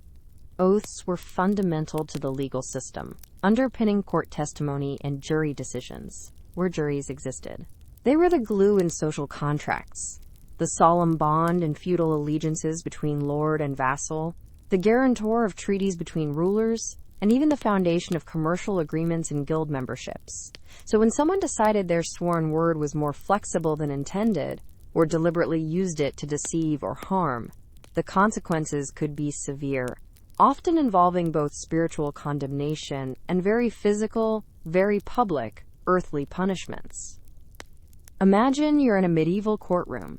It might be a grand hall presided over by a royal judge, a more modest manorial court run by the local lord steward, or an ecclesiastical court with stern-faced clerics.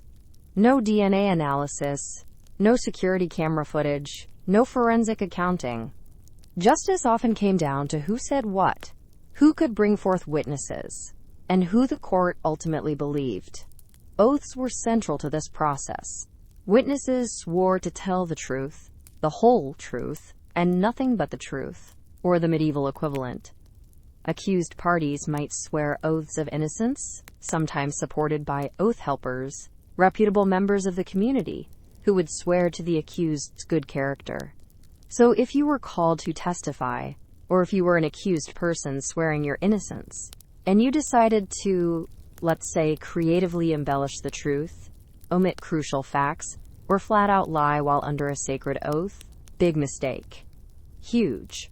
Perjury, the act of knowingly lying under oath in a judicial proceeding, was viewed with extreme gravity. It wasn't just a legal infraction, it was a serious sin, an offense against God, who was called upon to witness the oath, a betrayal of oneself and one's honor, and a direct harm to others who relied on the truth for justice to be served. If false testimony led to an innocent person being punished or a guilty person going free, the perjurer was responsible for that perversion of justice. In a society where oaths were integral to so many aspects of life, from entering service, to joining a guild, to assessing taxes, to resolving debt litigation, frequent oath-taking inevitably led to instances of oath-breaking, and the authorities were keen to stamp it out. Those found guilty of perjury could face significant social disgrace and ostracization.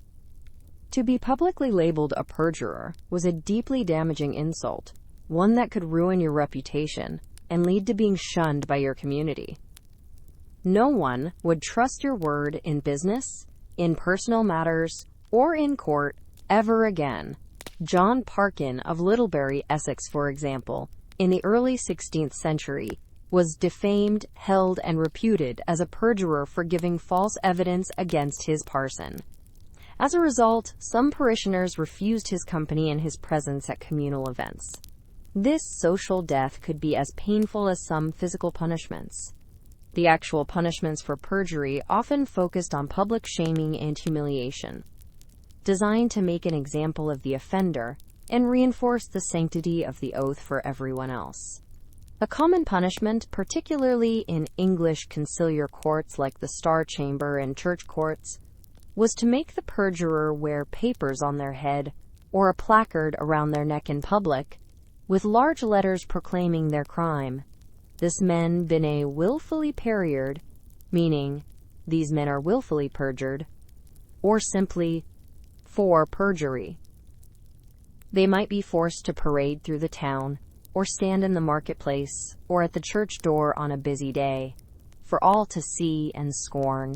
This was considered a form of penance, even when administered by secular courts, highlighting the intertwined nature of religious and legal condemnation for this offense. Another delightful option for the convicted perjurer was a stint in the pillory. This terming device, usually set up in a bustling marketplace or at a crossroads for maximum visibility, consisted of hinged wooden boards with holes for the head and hands. Once secured, the offender was trapped, exposed to the jeers, mockery, and projectiles of the gathered crowd. And by projectiles, we mean rotten food, mud, offal, dead animals, and even animal excrement. It was like being the unwilling star of a very messy, very smelly, interactive, public shaming ritual. Sometimes, the experience could turn deadly if the crowd got too violent and started throwing stones or bricks, or if the exposure to the elements was prolonged. While in the pillory, further punishments could be administered. like having one's hair shaved off, another mark of shame, being flogged, or even permanent mutilation such as branding on the cheek or forehead with a letter P for perjurer, or having an ear cut off. Losing a hand, the one that was raised to swear the false oath, was also a known punishment in some regions, a very literal interpretation of fitting the punishment to the crime. The approach to perjury and its punishment differed somewhat between ecclesiastical and secular authorities and evolved over time. Church courts, under canon law, tended to have a broader definition of perjury, encompassing not just lying under oath in court, but also the violation of any sworn promise or undertaking, like a vow of marriage or a promise to pay a debt sworn on a relic. Their punishments often focused on penance aimed at the salvation of the offender's soul, fasting, pilgrimage, public confession. Common law, on the other hand, initially had a narrower definition, often restricted to false oaths made in a court of record during a formal trial. Over time, particularly in early Tudor England, with the rise of courts like the Star Chamber and Chancery, there was a jurisdictional shift, with royal courts increasingly prosecuting perjury with vigor, even perjury committed within the ecclesiastical system. This move reflected a growing concern not just with the sinfulness of perjury, but with the tangible damage it caused to individuals, to property rights, and to the administration of royal justice. The severity of these punishments underscores just how crucial oaths were as the social glue holding together legal and contractual obligations in a pre-modern world. To lie under oath was to chip away at the very foundations of trust upon which society was built, and the response was accordingly severe. On the medieval misery meter for perjury, expect anything from wearing a large, embarrassing sign about your dishonesty and getting scolded by the priest, to becoming an unwilling target for rotten vegetables and public scorn in the pillory, possibly losing an ear for your troubles. Either way, your credibility was toast, and you'd be lucky if that was all you lost. Now, if lying in court was bad, breaking a solemn oath of fealty to your lord, that was like ripping up the very contract that held the entire medieval social and political structure of feudalism together. We're talking about a system built almost entirely on promises, on personal bonds of loyalty sworn between a lord and his vassal, from the king down to the lowliest knight holding a small manor. This was the ultimate betrayal of trust in a hierarchical society. The feudal contract, at its core, was a reciprocal arrangement, though often heavily weighted in favor of the lord. It typically began with a formal commendation ceremony, involving an act of homage where the vassal, usually kneeling and bareheaded, placed his clasped hands between those of his lord, pledging reverence and submission. This was followed by an oath of fealty, sworn on a Bible, a holy relic, or some other sacred object, in which the vassal promised to be true and loyal to his lord. He pledged to provide military service, for example, 40 days a year, to give counsel when asked, to contribute financially on certain occasions like the knighting of the lord's eldest son or the marriage of his eldest daughter, and never to harm or deceive him. In return, the lord granted the vassal a fief, usually land, but sometimes other rights or income, like the right to collect tolls or hold a market, and promise protection from external forces and justice in his court. This mutual obligation, this web of personal loyalties, was the cornerstone of medieval governance, land tenure, and military organization for centuries. So, what happened if a vassal decided that his sacred oath was optional? Or if he actively plotted against his lord, joined his lord's enemies, or refused to perform his due services? The consequences could be dire. The most significant and common punishment for a vassal who failed in his duty, proved a traitor, or otherwise broke his oath of fealty was the forfeiture of his fief. The land and any rights and incomes associated with it would revert to the overlord. This meant the loss of livelihood, status, power, and potentially the ruin of the vassal's entire family, who would also be dispossessed. Firmly, lose your land, lose your livelihood, lose your noble standing. Pretty much a medieval triple whammy of, you messed up big time. Of course, the lord had to be powerful enough to actually enforce this forfeiture. If a particularly mighty vassal, like a powerful duke who was nominally a vassal of the king, decided to rebel or switch allegiances, it could lead to outright war, not just a simple court procedure. Beyond the loss of land, a vassal who broke his oath faced severe social repercussions. He would be branded an oath-breaker, a man without honor, a felon, in the original sense of the word, one who has broken faith. This would lead to public scorn, the loss of social standing among his peers, and being treated as an untrustworthy outcast. In a society that prized loyalty and reputation, at least in theory, this could be a form of social death, making it impossible to find another lord to serve or allies to support him. And let's not forget the spiritual dimension. Since the oath of fealty was made before God and often on sacred relics, breaking it was a grave sin, inviting divine retribution in the afterlife, if not sooner, in the form of earthly misfortune. Churchmen would preach vehemently against such betrayals. Interestingly, the feudal contract was, at least in theory and in some legal codes, a two-way street. A lord also had obligations to his vassal, primarily protection, maintenance by providing the fief, and fair treatment.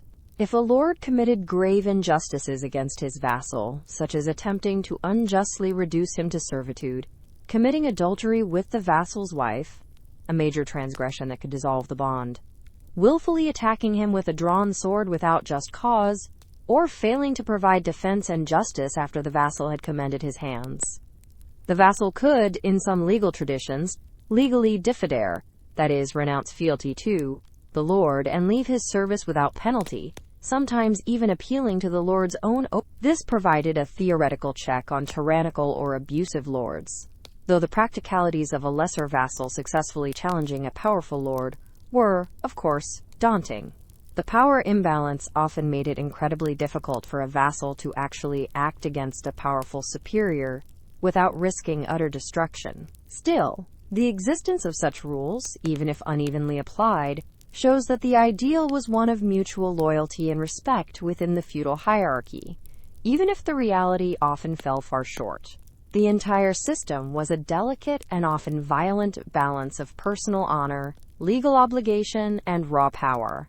Breaking an oath of fealty wasn't just a personal failing, it was a tear in the very fabric of feudal society, threatening the stability of landholding, military service, and political allegiances that underpinned the medieval world. On the medieval misery meter for a faithless vassal, a very high chance of losing all your land, titles, and becoming a social outcast, with a potential side of being hunted down by your former lord's men and eternal damnation for your troubles. Lords who broke their vows to vassals, if the vassals could prove it and band together, and were powerful enough, the lord might find himself with suddenly fewer loyal knights, a rebellion on his hands, and possibly a visit from the king's enforcers if he was causing too much trouble. And finally, we arrive at the medieval equivalent of pressing the big, red, flashing self-destruct button on your entire existence, and possibly that of your entire family: treason. This wasn't just cheating the system. It was an attempt to blow the whole thing sky high, to strike at the very heart of authority and order. In the medieval mindset, few crimes were considered more heinous, more deserving of a truly memorable and agonizing punishment than treason.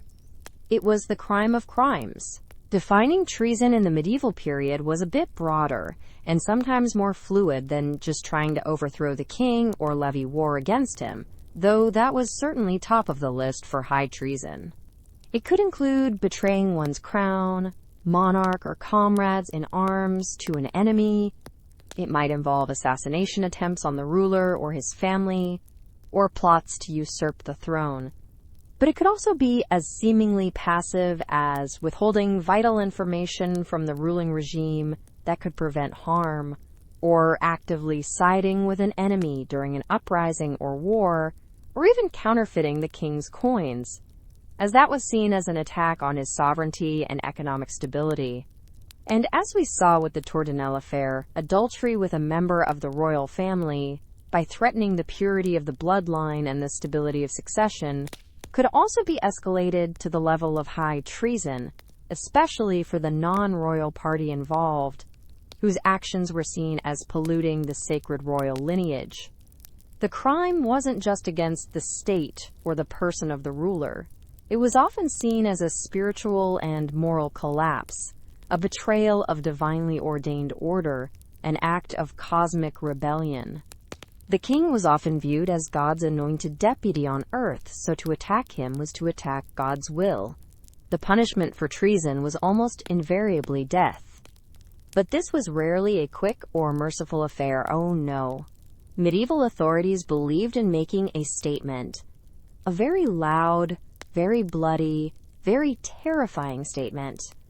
And the execution of a traitor was the ultimate public spectacle, designed to instill maximum fear in the populace and graphically affirm the absolute power of the crown and the dire consequences of disloyalty.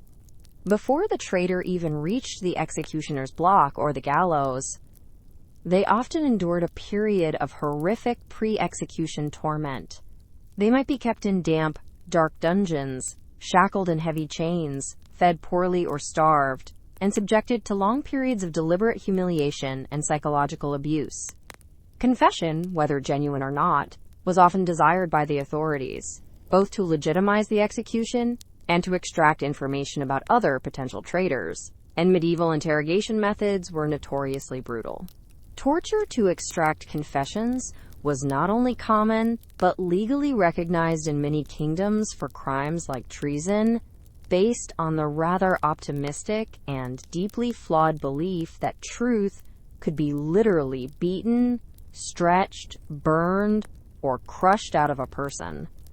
Charming devices like the rack, which stretched the body, often dislocating joints, thumb screws, which did exactly what they sound like, crushing thumbs or other small bones, and the strappato, where victims were hoisted by their wrists tied behind their back, often dislocating their shoulders, and then dropped, were standard tools of the trade in many parts of Europe. More elaborate contraptions like the Judas chair, a pyramid-shaped seat upon which the victim was slowly lowered by ropes, the Iron Maiden, a spiked coffin-like device, though its widespread medieval use is debated by some historians, it certainly captured the gruesome imagination. And the Scavenger's Daughter, an English invention which compressed the body into an agonizingly small space, were designed to inflict unimaginable agony and break not only the body but also the spirit. These weren't just tools of interrogation. They were, as one source puts it, quote, expressions of state-sanctioned torment, intended to erase the individual, their will, and their legacy. And then came the public execution itself, a gruesome piece of theater, often drawing huge crowds. The most infamous punishment reserved for traitors, particularly in England after the Statute of Treason in 1351 codified it, was a truly horrific multi-stage process, usually reserved for commoner men found guilty of high treason. First, the condemned was drawn, meaning dragged, on a hurdle, which was a wooden frame, through the streets from prison to the place of execution, a way to publicly humiliate them and begin their suffering. Next, they were hanged by the neck until almost dead, but crucially, cut down while still alive. Then, while still conscious, at least in theory, the truly awful part began.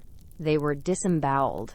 This meant their intestines, and sometimes other organs were cut out, and often their genitals were severed as well, with the entrails frequently burned before the victim's horrified eyes. Finally, to complete the grim spectacle, the unfortunate soul was beheaded, and then their body was cut into 4 pieces, or quartered. These quarters, along with the head, were then often parboiled and dipped in pitch to preserve them. And where did these gruesome trophies end up? Displayed in prominent public places, perhaps on spikes on London Bridge or atop city gates, serving as a grisly and long-lasting warning to anyone else contemplating similar acts of disloyalty. Fun for the whole family to watch, not so much for the main attraction, one imagines. Nobles convicted of treason were sometimes granted the privilege of a swifter and less degrading death by beheading with an axe or sword, a small mercy in a brutal world. Women convicted of treason were usually burned at the stake, as the process of drawing and quartering was considered too indecent to perform on the female body, though burning alive was hardly a preferable alternative.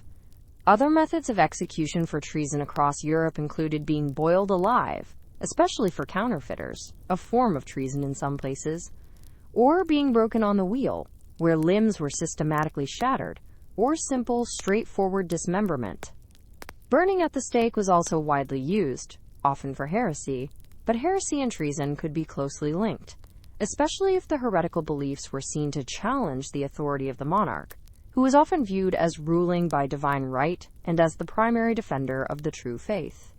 The sheer, unmitigated brutality of these punishments reflected the medieval view of treason as an existential threat. It wasn't just a crime against a ruler, it was seen as an attack on the body politic, an attempt to subvert the God-given order of society, a dangerous contagion that had to be violently and publicly purged. The horrific and very public dismemberment and display of traitors' bodies was a visceral form of political communication, a way for the state to graphically assert its ultimate power over life, death, and the very physical integrity of its subjects. It was a message carved in flesh and blood, intended to terrorize potential dissenters into silence and submission. The lines between crime, sin, and political opposition were often deliberately blurred by those in power, allowing rulers to frame any challenge to their authority as an offense against both God and the state, thereby justifying the most extreme and terrifying measures to maintain their often precarious grip on power. On the medieval misery meter, treason is completely off the charts. It's a guaranteed maximum suffering with prolonged public display, your family disgraced and dispossessed, and your body parts used as civic decorations ticket. There was no cheating your way out of this one if you were caught and convicted. It was the ultimate price for the ultimate medieval crime. All right, let's tiptoe into a rather sensitive, yet fascinating area for the medieval mind. The realm of faith, the church, and the myriad ways people might try to, shall we say, cheat the system when it came to spiritual matters. Now, cheating God is a tricky concept, because from a purely theological standpoint, you can't really pull a fast one on an omniscient, all-powerful deity. He presumably sees all, knows all, and isn't fooled by your flimsy excuses or your cleverly hidden sins. But you could certainly try to cheat the institutions of religion, like the very powerful and wealthy medieval church. You could try to cheat your fellow believers, preying on their piety or desperation. Or you could even try to cheat your way into salvation, or at least a better reputation for holiness, through less than sincere means. And the medieval church, a hugely influential body that brooked little dissent and guarded its authority jealously, had its own ways of dealing with such spiritual shenanigans, often with the cooperation of secular powers. One of the most blatant and often quite lucrative forms of religious cheating involved fake holy relics. The veneration of relics. Physical objects supposedly associated with Christ, the Virgin Mary, or the saints. Things like bones, scraps of clothing, drops of blood, pieces of the true cross, and so on, was a massive part of medieval popular piety. People believed these objects possessed miraculous healing powers, could offer protection from plague or misfortune, or could intercede on their behalf with God, shortening their time in purgatory. Pilgrimages to shrines housing important relics were a huge deal, drawing vast crowds and, not coincidentally, vast sums of money in donations and offerings. This created a booming market for relics, and inevitably, a booming market for fakes. Enterprising, and often deeply cynical, individuals, sometimes even unscrupulous clergy, would pass off chicken bones as the finger of a saint, or splinters of ordinary wood from any old forest as fragments of the true cross. There were famously so many pieces of the true cross circulating in Europe that, as one contemporary wit, John Calvin, writing much later but reflecting an ongoing issue, put it, you could build a whole ship from them. Chaucer, in his Canterbury Tales, gives us a memorable portrait of a pardoner who carries a pillowcase full of fake relics. A gobbet of the sail that St. Peter had when that he went upon the sea, meaning a piece of St. Peter's sail, and pig's bones which he passes off as saints' remains, to dupe gullible country folk out of their money. Selling these fake relics to unsuspecting pilgrims or churches was a lucrative scam. It was cheating people out of their money, yes, but more importantly, from the church's perspective, when it wasn't complicit, it was seen as a sacrilegious deception, preying on genuine faith and devotion, and potentially undermining belief in real relics. If a seller of fake relics was caught, and the authorities, either ecclesiastical or secular, decided to make an example of them, the punishment could be severe. They were, after all, committing a form of fraud and blasphemy. Public humiliation was a given. They might be paraded through town, their bogus relics hung around their neck or carried before them, and then forced to watch as the fakes were publicly burned in the marketplace, a clear demonstration of their falsity. Fines, whipping, and imprisonment were also on the menu. The church, at least officially, was keen to protect the authenticity of its relics, or at least the ones it officially sanctioned and profited from, and to crack down on charlatans who undermined public faith and, not incidentally, diverted pilgrim donations from legitimate, church-approved shrines. However, the line between a genuine relic, whose provenance was often dubious at best, and a fake one could be very blurry indeed, and sometimes it depended more on who was doing the selling and who was doing the condemning. Then there was the issue of simony, the buying or selling of church offices, sacraments, or spiritual benefits. Imagine paying a bribe to become a bishop or an abbot, not because of your piety or learning, but because you had deep pockets. Or a priest charging exorbitant fees for essential sacraments like baptism, marriage, or last rites, effectively holding salvation hostage for cash. This was seen as a grave sin, a profanation of sacred things by treating them as mere commodities. It was, in essence, trying to cheat your way into a position of spiritual authority or to profit from the spiritual needs of the flock. Church councils repeatedly condemned simony throughout the Middle Ages, and it was a major target of reformers like Pope Gregory VII. Those found guilty of simony could face deposition, being stripped of their church office, excommunication, being cut off from the church and its sacraments, a terrifying prospect in medieval times, and severe penances. The struggle against simony was a long and arduous one, as the allure of wealth, power, and comfortable church benefices often proved too strong for some clergy and their ambitious families. Hypocrisy, while perhaps harder to legally define and punish, unless it manifested in specific fraudulent acts, was another form of spiritual cheating that drew widespread condemnation from moralists and preachers. Pretending to be exceptionally pious and devout in public, perhaps ostentatiously giving alms, fasting visibly, or speaking in sanctimonious tones, while living a secret life of sin, greed, or cruelty, was seen as a deceit against God and the community. It was a betrayal of the Christian ideal. While you might not end up in the pillory for merely being a hypocrite, unless your actions crossed into more tangible offenses like fraud or heresy, you'd certainly face social censure if exposed, and the constant fear of divine judgment. Dante, in his Inferno, famously placed hypocrites in one of the lower circles of hell, forced to wear heavy leaden cloaks, gilded and beautiful on the outside, but crushingly heavy and drab on the inside, symbolizing the glittering facade hiding their inner corruption and the burden of their deceit. False claims of miracles or divine visions were another area where deception could occur, often for personal gain or to manipulate others. Someone might pretend to have been miraculously cured at a certain shrine to boost its reputation, perhaps in collusion with the local clergy, looking for more pilgrim traffic and donations. Or an individual might claim to have received messages from God or the Virgin Mary, perhaps to gain influence, incite religious fervor, or even to challenge existing authorities.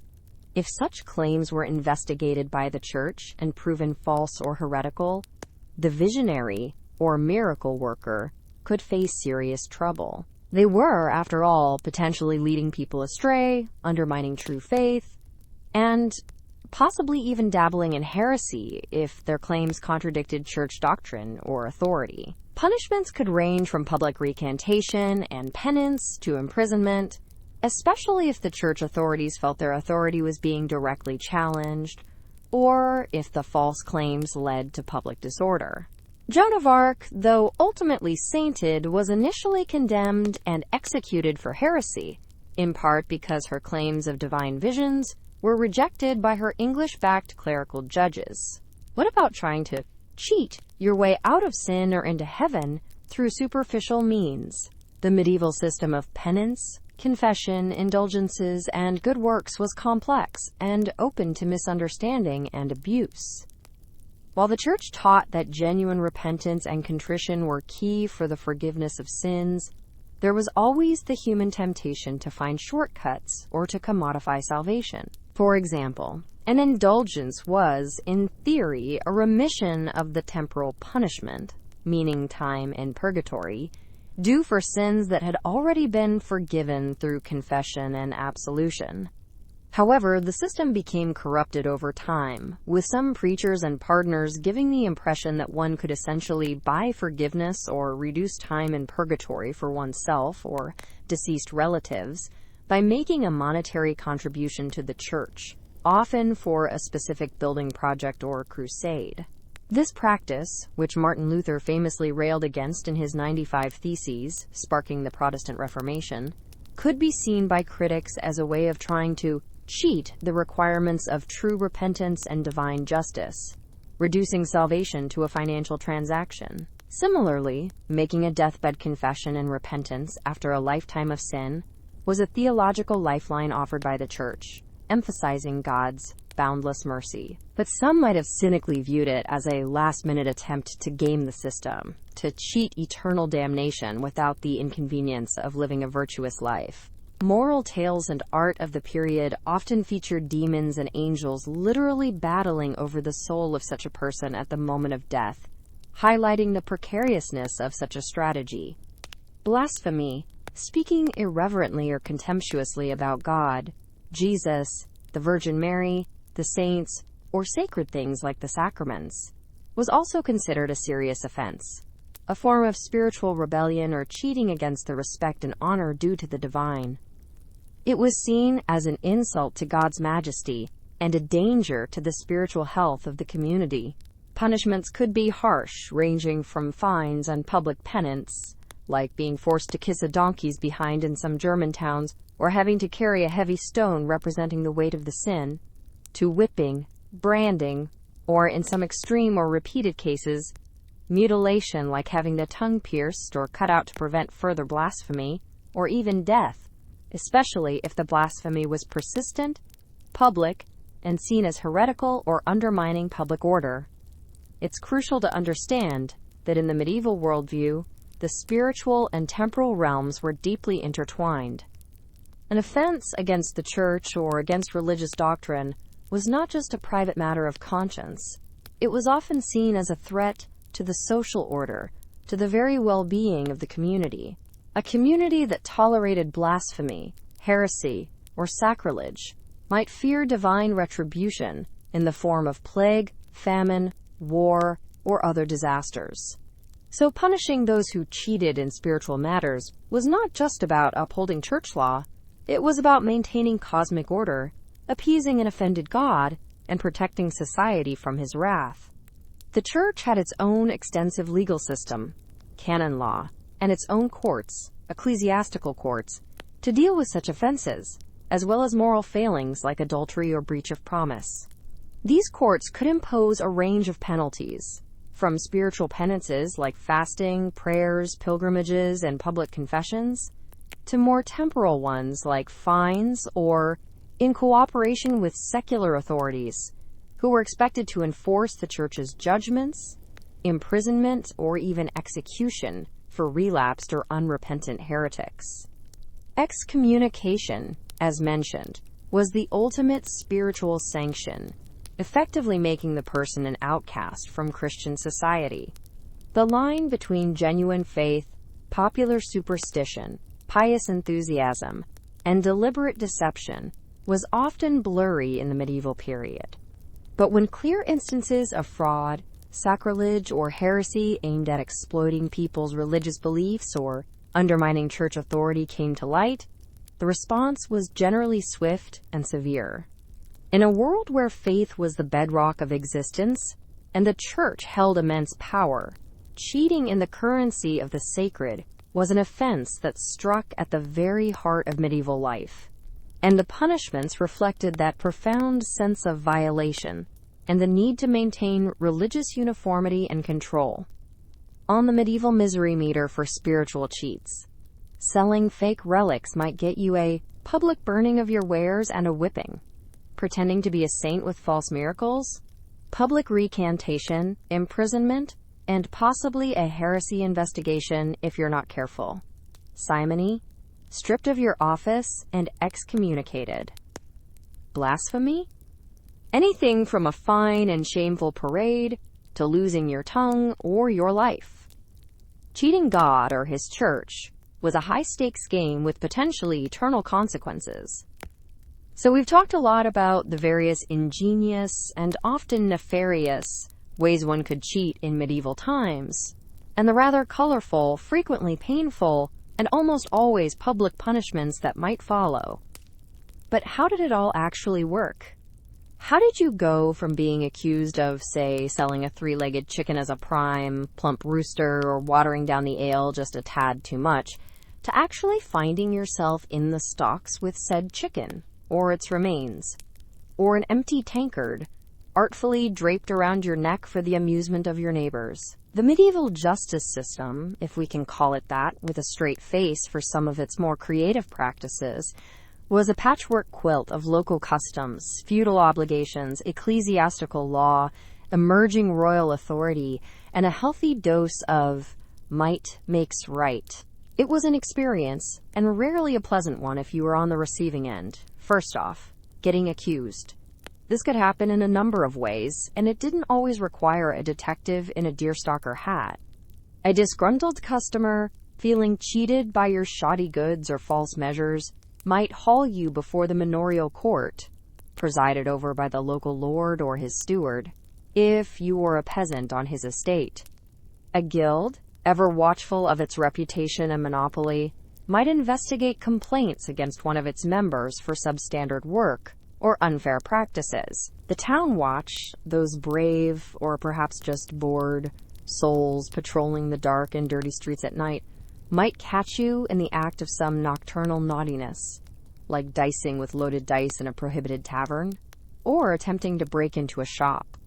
Or simply, enough people in your small, close-knit village might start muttering about your suspiciously plump purse after every local market day, or the sudden disappearance of your neighbor's prize pig. That rumor, like a medieval virus, could take on a life of its own and lead to a formal accusation. Public accusation, or the hue and cry, where victims of a crime like theft or assault would literally shout for help and call out the offender by name, was a common way to initiate proceedings. The whole community was then, in theory, obliged to help pursue and capture the suspect. No Miranda rights here. Once accused, what then? Well, it wasn't usually a case of innocent until proven guilty in the way we understand it today, with a robust defense lawyer and strict rules of evidence. Reputation and social standing played a huge, often decisive, role. If you were a known troublemaker, a vagrant, someone from outside the community, or just generally disliked, the path to conviction was often considerably smoother and quicker. Conversely, if you were a respected member of the community, a wealthy merchant, or a kinsman of the Lord, you might find the scales of justice tipped a bit more in your favor, or at least find it easier to produce oath helpers to vouch for you. For many minor offenses, especially those dealt with in local manorial courts or town courts, the process might be relatively swift and informal. Witnesses would be called if any could be found or were willing to testify. The accused would get a chance to speak, maybe, though they often weren't allowed legal counsel. And the Lord, his steward, or a panel of law-worthy men from the community, often local elders or prominent landholders, would deliver a judgment. These courts were often more concerned with maintaining local order, collecting fines, which were a good source of income for the lord or the town, and ensuring feudal dues and obligations were met, than with the finer points of legal theory or abstract justice. Justice was local, customary, and often very pragmatic. For more serious crimes, or in areas with more developed legal structures, like the expanding royal courts in England, or the more sophisticated urban courts in Italy or Flanders, things could get more complicated, and sometimes even more terrifying. In England, for example, the system of royal justice was gradually expanding, with traveling royal judges, known as justices in eyre, holding courts in different counties, and the beginnings of a jury system. However, a medieval jury was often more like a panel of local informants or witnesses who were expected to know the facts of the case or the reputations of those involved, rather than impartial arbiters of evidence presented in court. They were often under pressure to reach a verdict, and local prejudices could easily sway their decisions. Oaths, as we've discussed, were incredibly important throughout the legal process. The accused might be asked to swear an oath of innocence on holy relics. They might also need to find oath helpers, or compurgators, a certain number of reputable people from the community, the number varied depending on the crime and the accused's status, willing to swear that they believed the accused was telling the truth and was a person of good character. If you couldn't find enough people willing to vouch for you, well, that didn't look good at all. It was essentially a medieval credit check on your character and social standing, and failing it could be damning. What if there was no clear evidence, no reliable witnesses, or if the accused and accuser simply presented conflicting accounts under oath? This is where things could get dicey, and where some of the most infamous medieval legal practices came into play. In the earlier Middle Ages, roughly before the 13th century, though it lingered in some places, trial by ordeal was a common method of so-called divine fact-finding. The idea was that God, who knew the truth, would intervene to reveal the guilt or innocence of the accused. There were several popular and uniformly unpleasant varieties. You had the ordeal of hot iron, where the accused had to carry a piece of red-hot iron for a set distance, or hold it for a certain time. Their hand was then bandaged and sealed. After a few days, usually 3, the bandage was removed in the presence of a priest. If the wound was healing cleanly, they were deemed innocent. God had protected them or healed them quickly. If it was festering, infected, or otherwise looked nasty, they were guilty. One shudders to think how many cleanly healing wounds there were, given the state of medieval hygiene and medical knowledge. Then there was the ordeal of hot water, similar to the hot iron, but involving the accused plunging their hand into a cauldron of boiling water to retrieve a stone or a ring from the bottom, with the same principle for judging the subsequent state of the wound. Another favorite was the ordeal of cold water. Here, the accused, often bound hand and foot, was thrown into a body of water, a river or pond, that had been blessed by a priest. If they sank, they were considered innocent. The pure, blessed water had accepted them. If they floated, they were guilty. The water had rejected them as impure. The slight problem here was that if you were innocent and sank, you might drown before being pulled out. If you were guilty and floated, you were pulled out and then punished anyway. A real no-win situation, unless you were a particularly good swimmer or had a very buoyant personality. Finally, there was the ordeal of the morsel, or corsned, meaning cursed bread. This was usually reserved for clergy or those of higher status. The accused had to swallow a piece of consecrated bread or cheese, sometimes with a feather in it to make it harder to swallow. If they choked, gagged, or couldn't swallow it, they were deemed guilty, as God had prevented the perjurer from consuming the sacred host. The Church officially condemned judicial ordeals in 1215 at the Fourth Lateran Council, deeming them superstitious and an improper way to test God.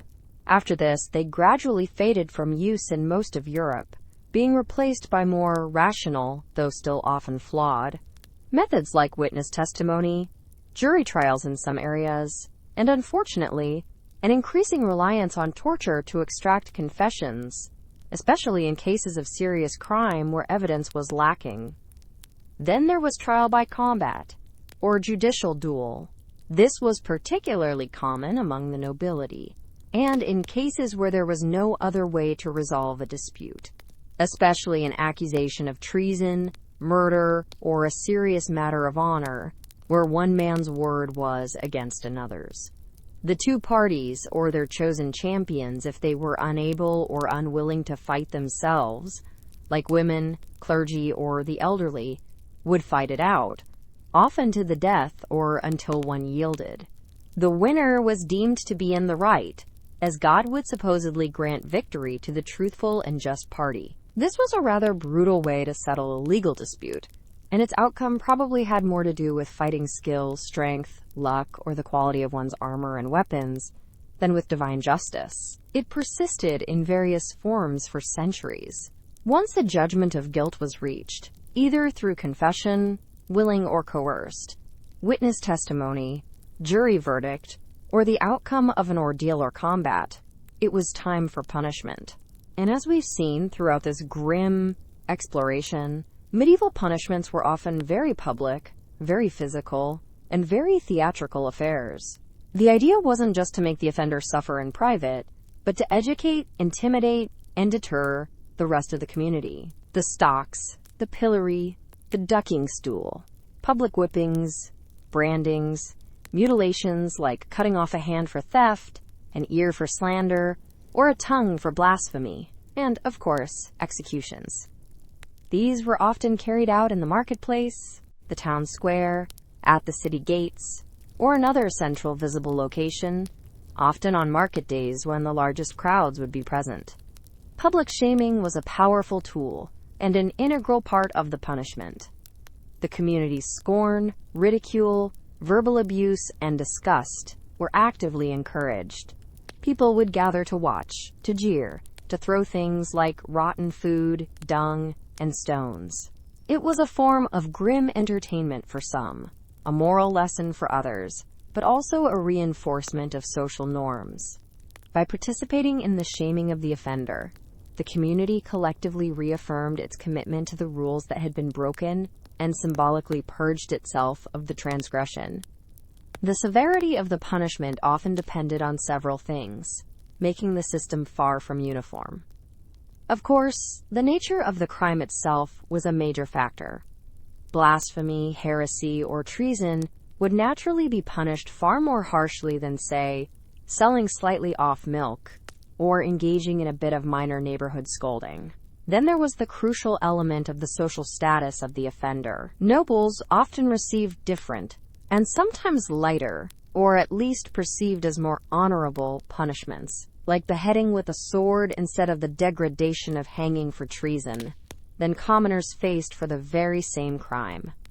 A peasant caught cheating or assaulting a lord was in much, much deeper trouble than a lord who might cheat or assault a peasant, an act which often went entirely unpunished if the peasant had no powerful protector. Similarly, the social status of the victim mattered a great deal. Cheating or harming someone powerful or well-connected was far riskier than doing the same to an individual with no influence or social standing. Being a repeat offender was also a sure way to escalate your suffering.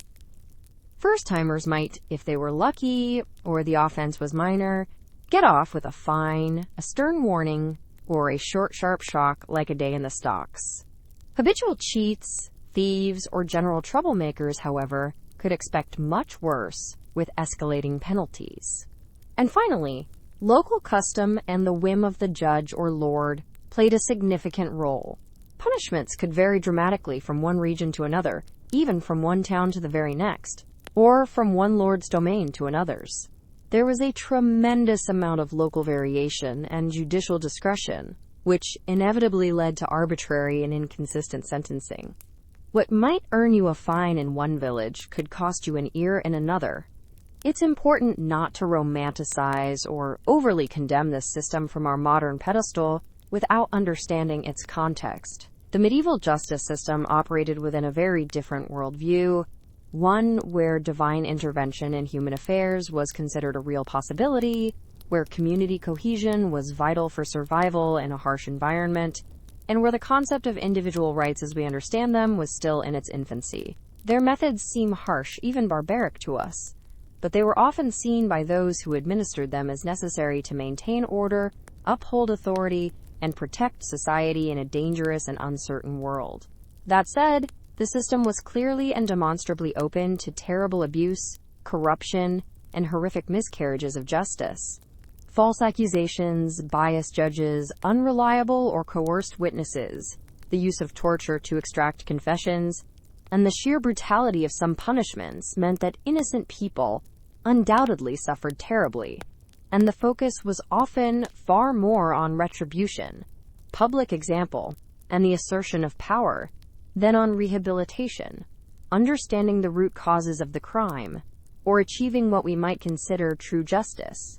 But for the medieval cheat, the prospect of facing this system, the public accusation, the uncertain and often terrifying trial, the almost certain public and painful punishment if convicted, must have been a powerful deterrent. Or at least, it made them think very carefully about the risks versus the potential rewards of their deceitful endeavors. The scales of justice might have been crooked themselves at times, and heavily weighted by social status and power, but they were certainly capable of coming down very, very heavily on those caught trying to tip them in their own favor. It was a grim lottery, and if your number came up, the price was often exceedingly high. So we've journeyed through the rather shadowy and often quite gruesome landscape of medieval cheating. From dodgy bakers and unfaithful spouses, to loaded dice, lying witnesses, and treacherous nobles. We've seen the public parades of shame, the painful implements of correction, the often brutal and final solutions meted out by a society that did not suffer fools or cheats gladly. And after all that, the question that hangs in the air, like the faint, lingering smell of stale ale and regret from a long-closed tavern, is: was any of this fair? Did the punishment in its medieval extremity truly fit the crime? And perhaps more pragmatically, did it even work? Did all this pain and humiliation actually stop people from trying to bend the rules? Well, fairness is a notoriously slippery concept, a bit like trying to catch an eel with greasy hands, especially when we try to apply our 21st century sensibilities, with our emphasis on human rights, due process, and proportionate justice, to a world that operated on a completely different set of assumptions, priorities, and power dynamics.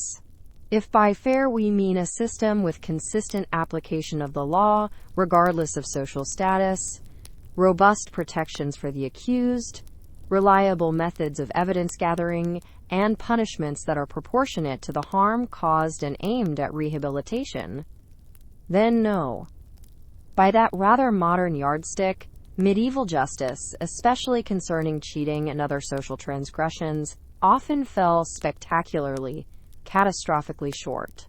It was, by our standards, frequently unfair in the extreme. The disparities based on social class, as we've seen repeatedly, were glaring and institutionalized. A nobleman caught in an adulterous affair might get a metaphorical slap on the wrist from the church, or face a duel of honor if he offended another noble, while a peasant woman in a similar situation could be publicly flogged, mutilated, or even drowned. A wealthy merchant caught short-weighting his customers might be able to buy his way out of the worst consequences with a hefty fine, an option simply unavailable to a poor street vendor who tried the same trick to feed her family. The law in practice often had different faces, different standards, and vastly different consequences for the rich and the poor, the powerful and the weak, men and women. This doesn't exactly scream fairness or equality before the law. Then there's the sheer, unadulterated brutality of some of the punishments we've discussed. Mutilation, cutting off hands for theft, ears for slander, tongues for blasphemy, noses for adultery, branding with hot irons, leaving permanent scars and stigmas, public whippings that could flay the skin from a person's back and leave them scarred for life if they survived the ensuing infection in a world without antibiotics. Being boiled alive for counterfeiting, or hanged, drawn, and quartered for treason. These are horrific by any standard, ancient or modern. While the aim was often deterrence and making a very public statement, the level of suffering inflicted for what might sometimes be relatively minor economic or social transgressions seems wildly disproportionate to us. Was losing a hand truly a fair price for stealing a loaf of bread, even if you did it repeatedly out of desperation? Medieval society, or at least its authorities, often seem to think so, prioritizing the protection of property and order above the well-being of the individual. We, looking back from our relatively comfortable vantage point, might and should beg to differ. The methods of trial themselves, as explored in the previous chapter, were often far from fair or reliable. Trial by ordeal, used in the earlier medieval period, was essentially a theological gamble, a divine lottery with a high chance of a guilty verdict regardless of actual guilt, especially if your skin didn't heal just right or you happened to be a poor swimmer. Compurgation, relying on oath helpers, could easily become a popularity contest or a reflection of social networks rather than a genuine search for truth. If you were an outsider, a newcomer to the village, or just generally disliked or marginalized, finding enough reputable people willing to swear for your good character would be incredibly tough, irrespective of your actual innocence. And the role of evidence? Well, it was often a bit loose, to put it mildly. Rumor, hearsay, accusations born of malice or neighborhood quarrels, and the testimony of biased or coerced witnesses could carry a lot of weight, especially in local courts. Without forensic science, without rigorous rules for cross-examination in many jurisdictions, and with torture often used to extract confessions, which were then considered the queen of proofs, the chances of a miscarriage of justice were terrifyingly high. An accusation, especially a public one, could be incredibly hard to shake off, even if it was baseless. The burden of proof often seemed to fall on the accused to prove their innocence, rather than on the accuser to prove guilt beyond a reasonable doubt. However, to offer a sliver of counter-perspective, or at least to avoid judging them entirely by our own values without understanding theirs, we need to remember the world they lived in. Life was precarious, often short, and frequently violent. Social order was fragile, and the mechanisms for maintaining it were often rudimentary. The authorities, whether local lords, town councils, or royal officials, often had limited resources. They had no large police forces, no extensive prison systems for long-term incarceration of commoners. Public, spectacular, and painful punishments were seen as an efficient, if brutal, way to maintain control, enforce norms, and deter wrongdoing in a population that was largely illiterate and might not be swayed by a written legal code they couldn't read. The message had to be visceral, immediate, and unforgettable, carved not just into legal texts, but into the very bodies and memories of the populace. In a society where community bonds, however strained, were vital for survival, an act of cheating, whether it was a baker selling bad bread, a merchant using false weights, or a knight betraying his oath, wasn't just an individual offense against another individual. It was often seen as a betrayal of communal trust, a tear in the social fabric that held everyone together. The public nature of the punishment was, in part, a ritual to mend that tear, to reaffirm the community's values, and to cast out or reintegrate the offender, thereby restoring balance to the community. From their perspective, this might have felt fair in the sense of protecting the collective good, even if it was devastating for the individual on the receiving end. Moreover, the concept of intent, or mens rea as it's known in law, wasn't always given the same weight in medieval law as it is in modern legal systems, especially for certain offenses. If you sold poisonous food, the fact that you didn't mean to poison anyone might be secondary to the fact that people got sick or died. The outcome, the harm caused, often mattered more than the motive, especially when public safety was at stake. And let's not forget, there were degrees of punishment. Not every cheat was boiled in oil or dismembered. Fines were very common, especially for first offenses or less serious transgressions, and for those who had the means to pay, short stints in the stocks or pillory, while deeply unpleasant and humiliating, were survivable. Being forced to make a public apology, to process barefoot to the church in penitential garb, or being temporarily banned from your trade were also options that fell short of mutilation or death. The most extreme and brutal punishments were generally reserved for repeat offenders, or for crimes deemed particularly heinous or threatening to the social, political, or religious order, like treason, murder, serious heresy, or large-scale counterfeiting. But even with these caveats and attempts at contextualization, it's hard to look at the overall picture of medieval justice regarding cheating and call it fair in a way that resonates with modern ideals of justice. The system was too arbitrary, too prone to bias based on status and gender, too reliant on fear and pain as primary tools of social control, and too skewed by the power dynamics of a deeply hierarchical society. Perhaps a more useful question then, was it fair? Was it effective? Did these harsh punishments actually deter cheating? It's impossible to say for sure with any statistical certainty. Cheating, in all its myriad forms, clearly continued throughout the medieval period, just as it continues today. Human nature being what it is, there will always be those who try to gain an unfair advantage, to cut corners, to deceive and defraud. No system of punishment, however harsh, has ever managed to entirely eradicate crime or dishonesty.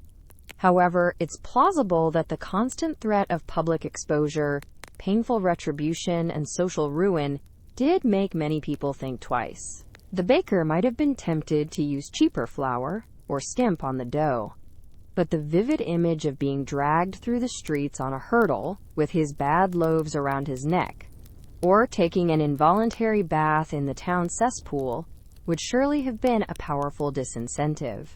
The gambler might have considered using loaded dice, but the prospect of having them nailed to his ear in the pillory or his hand pierced could give him serious pause. The fear of shame in a society where reputation was paramount was a potent weapon.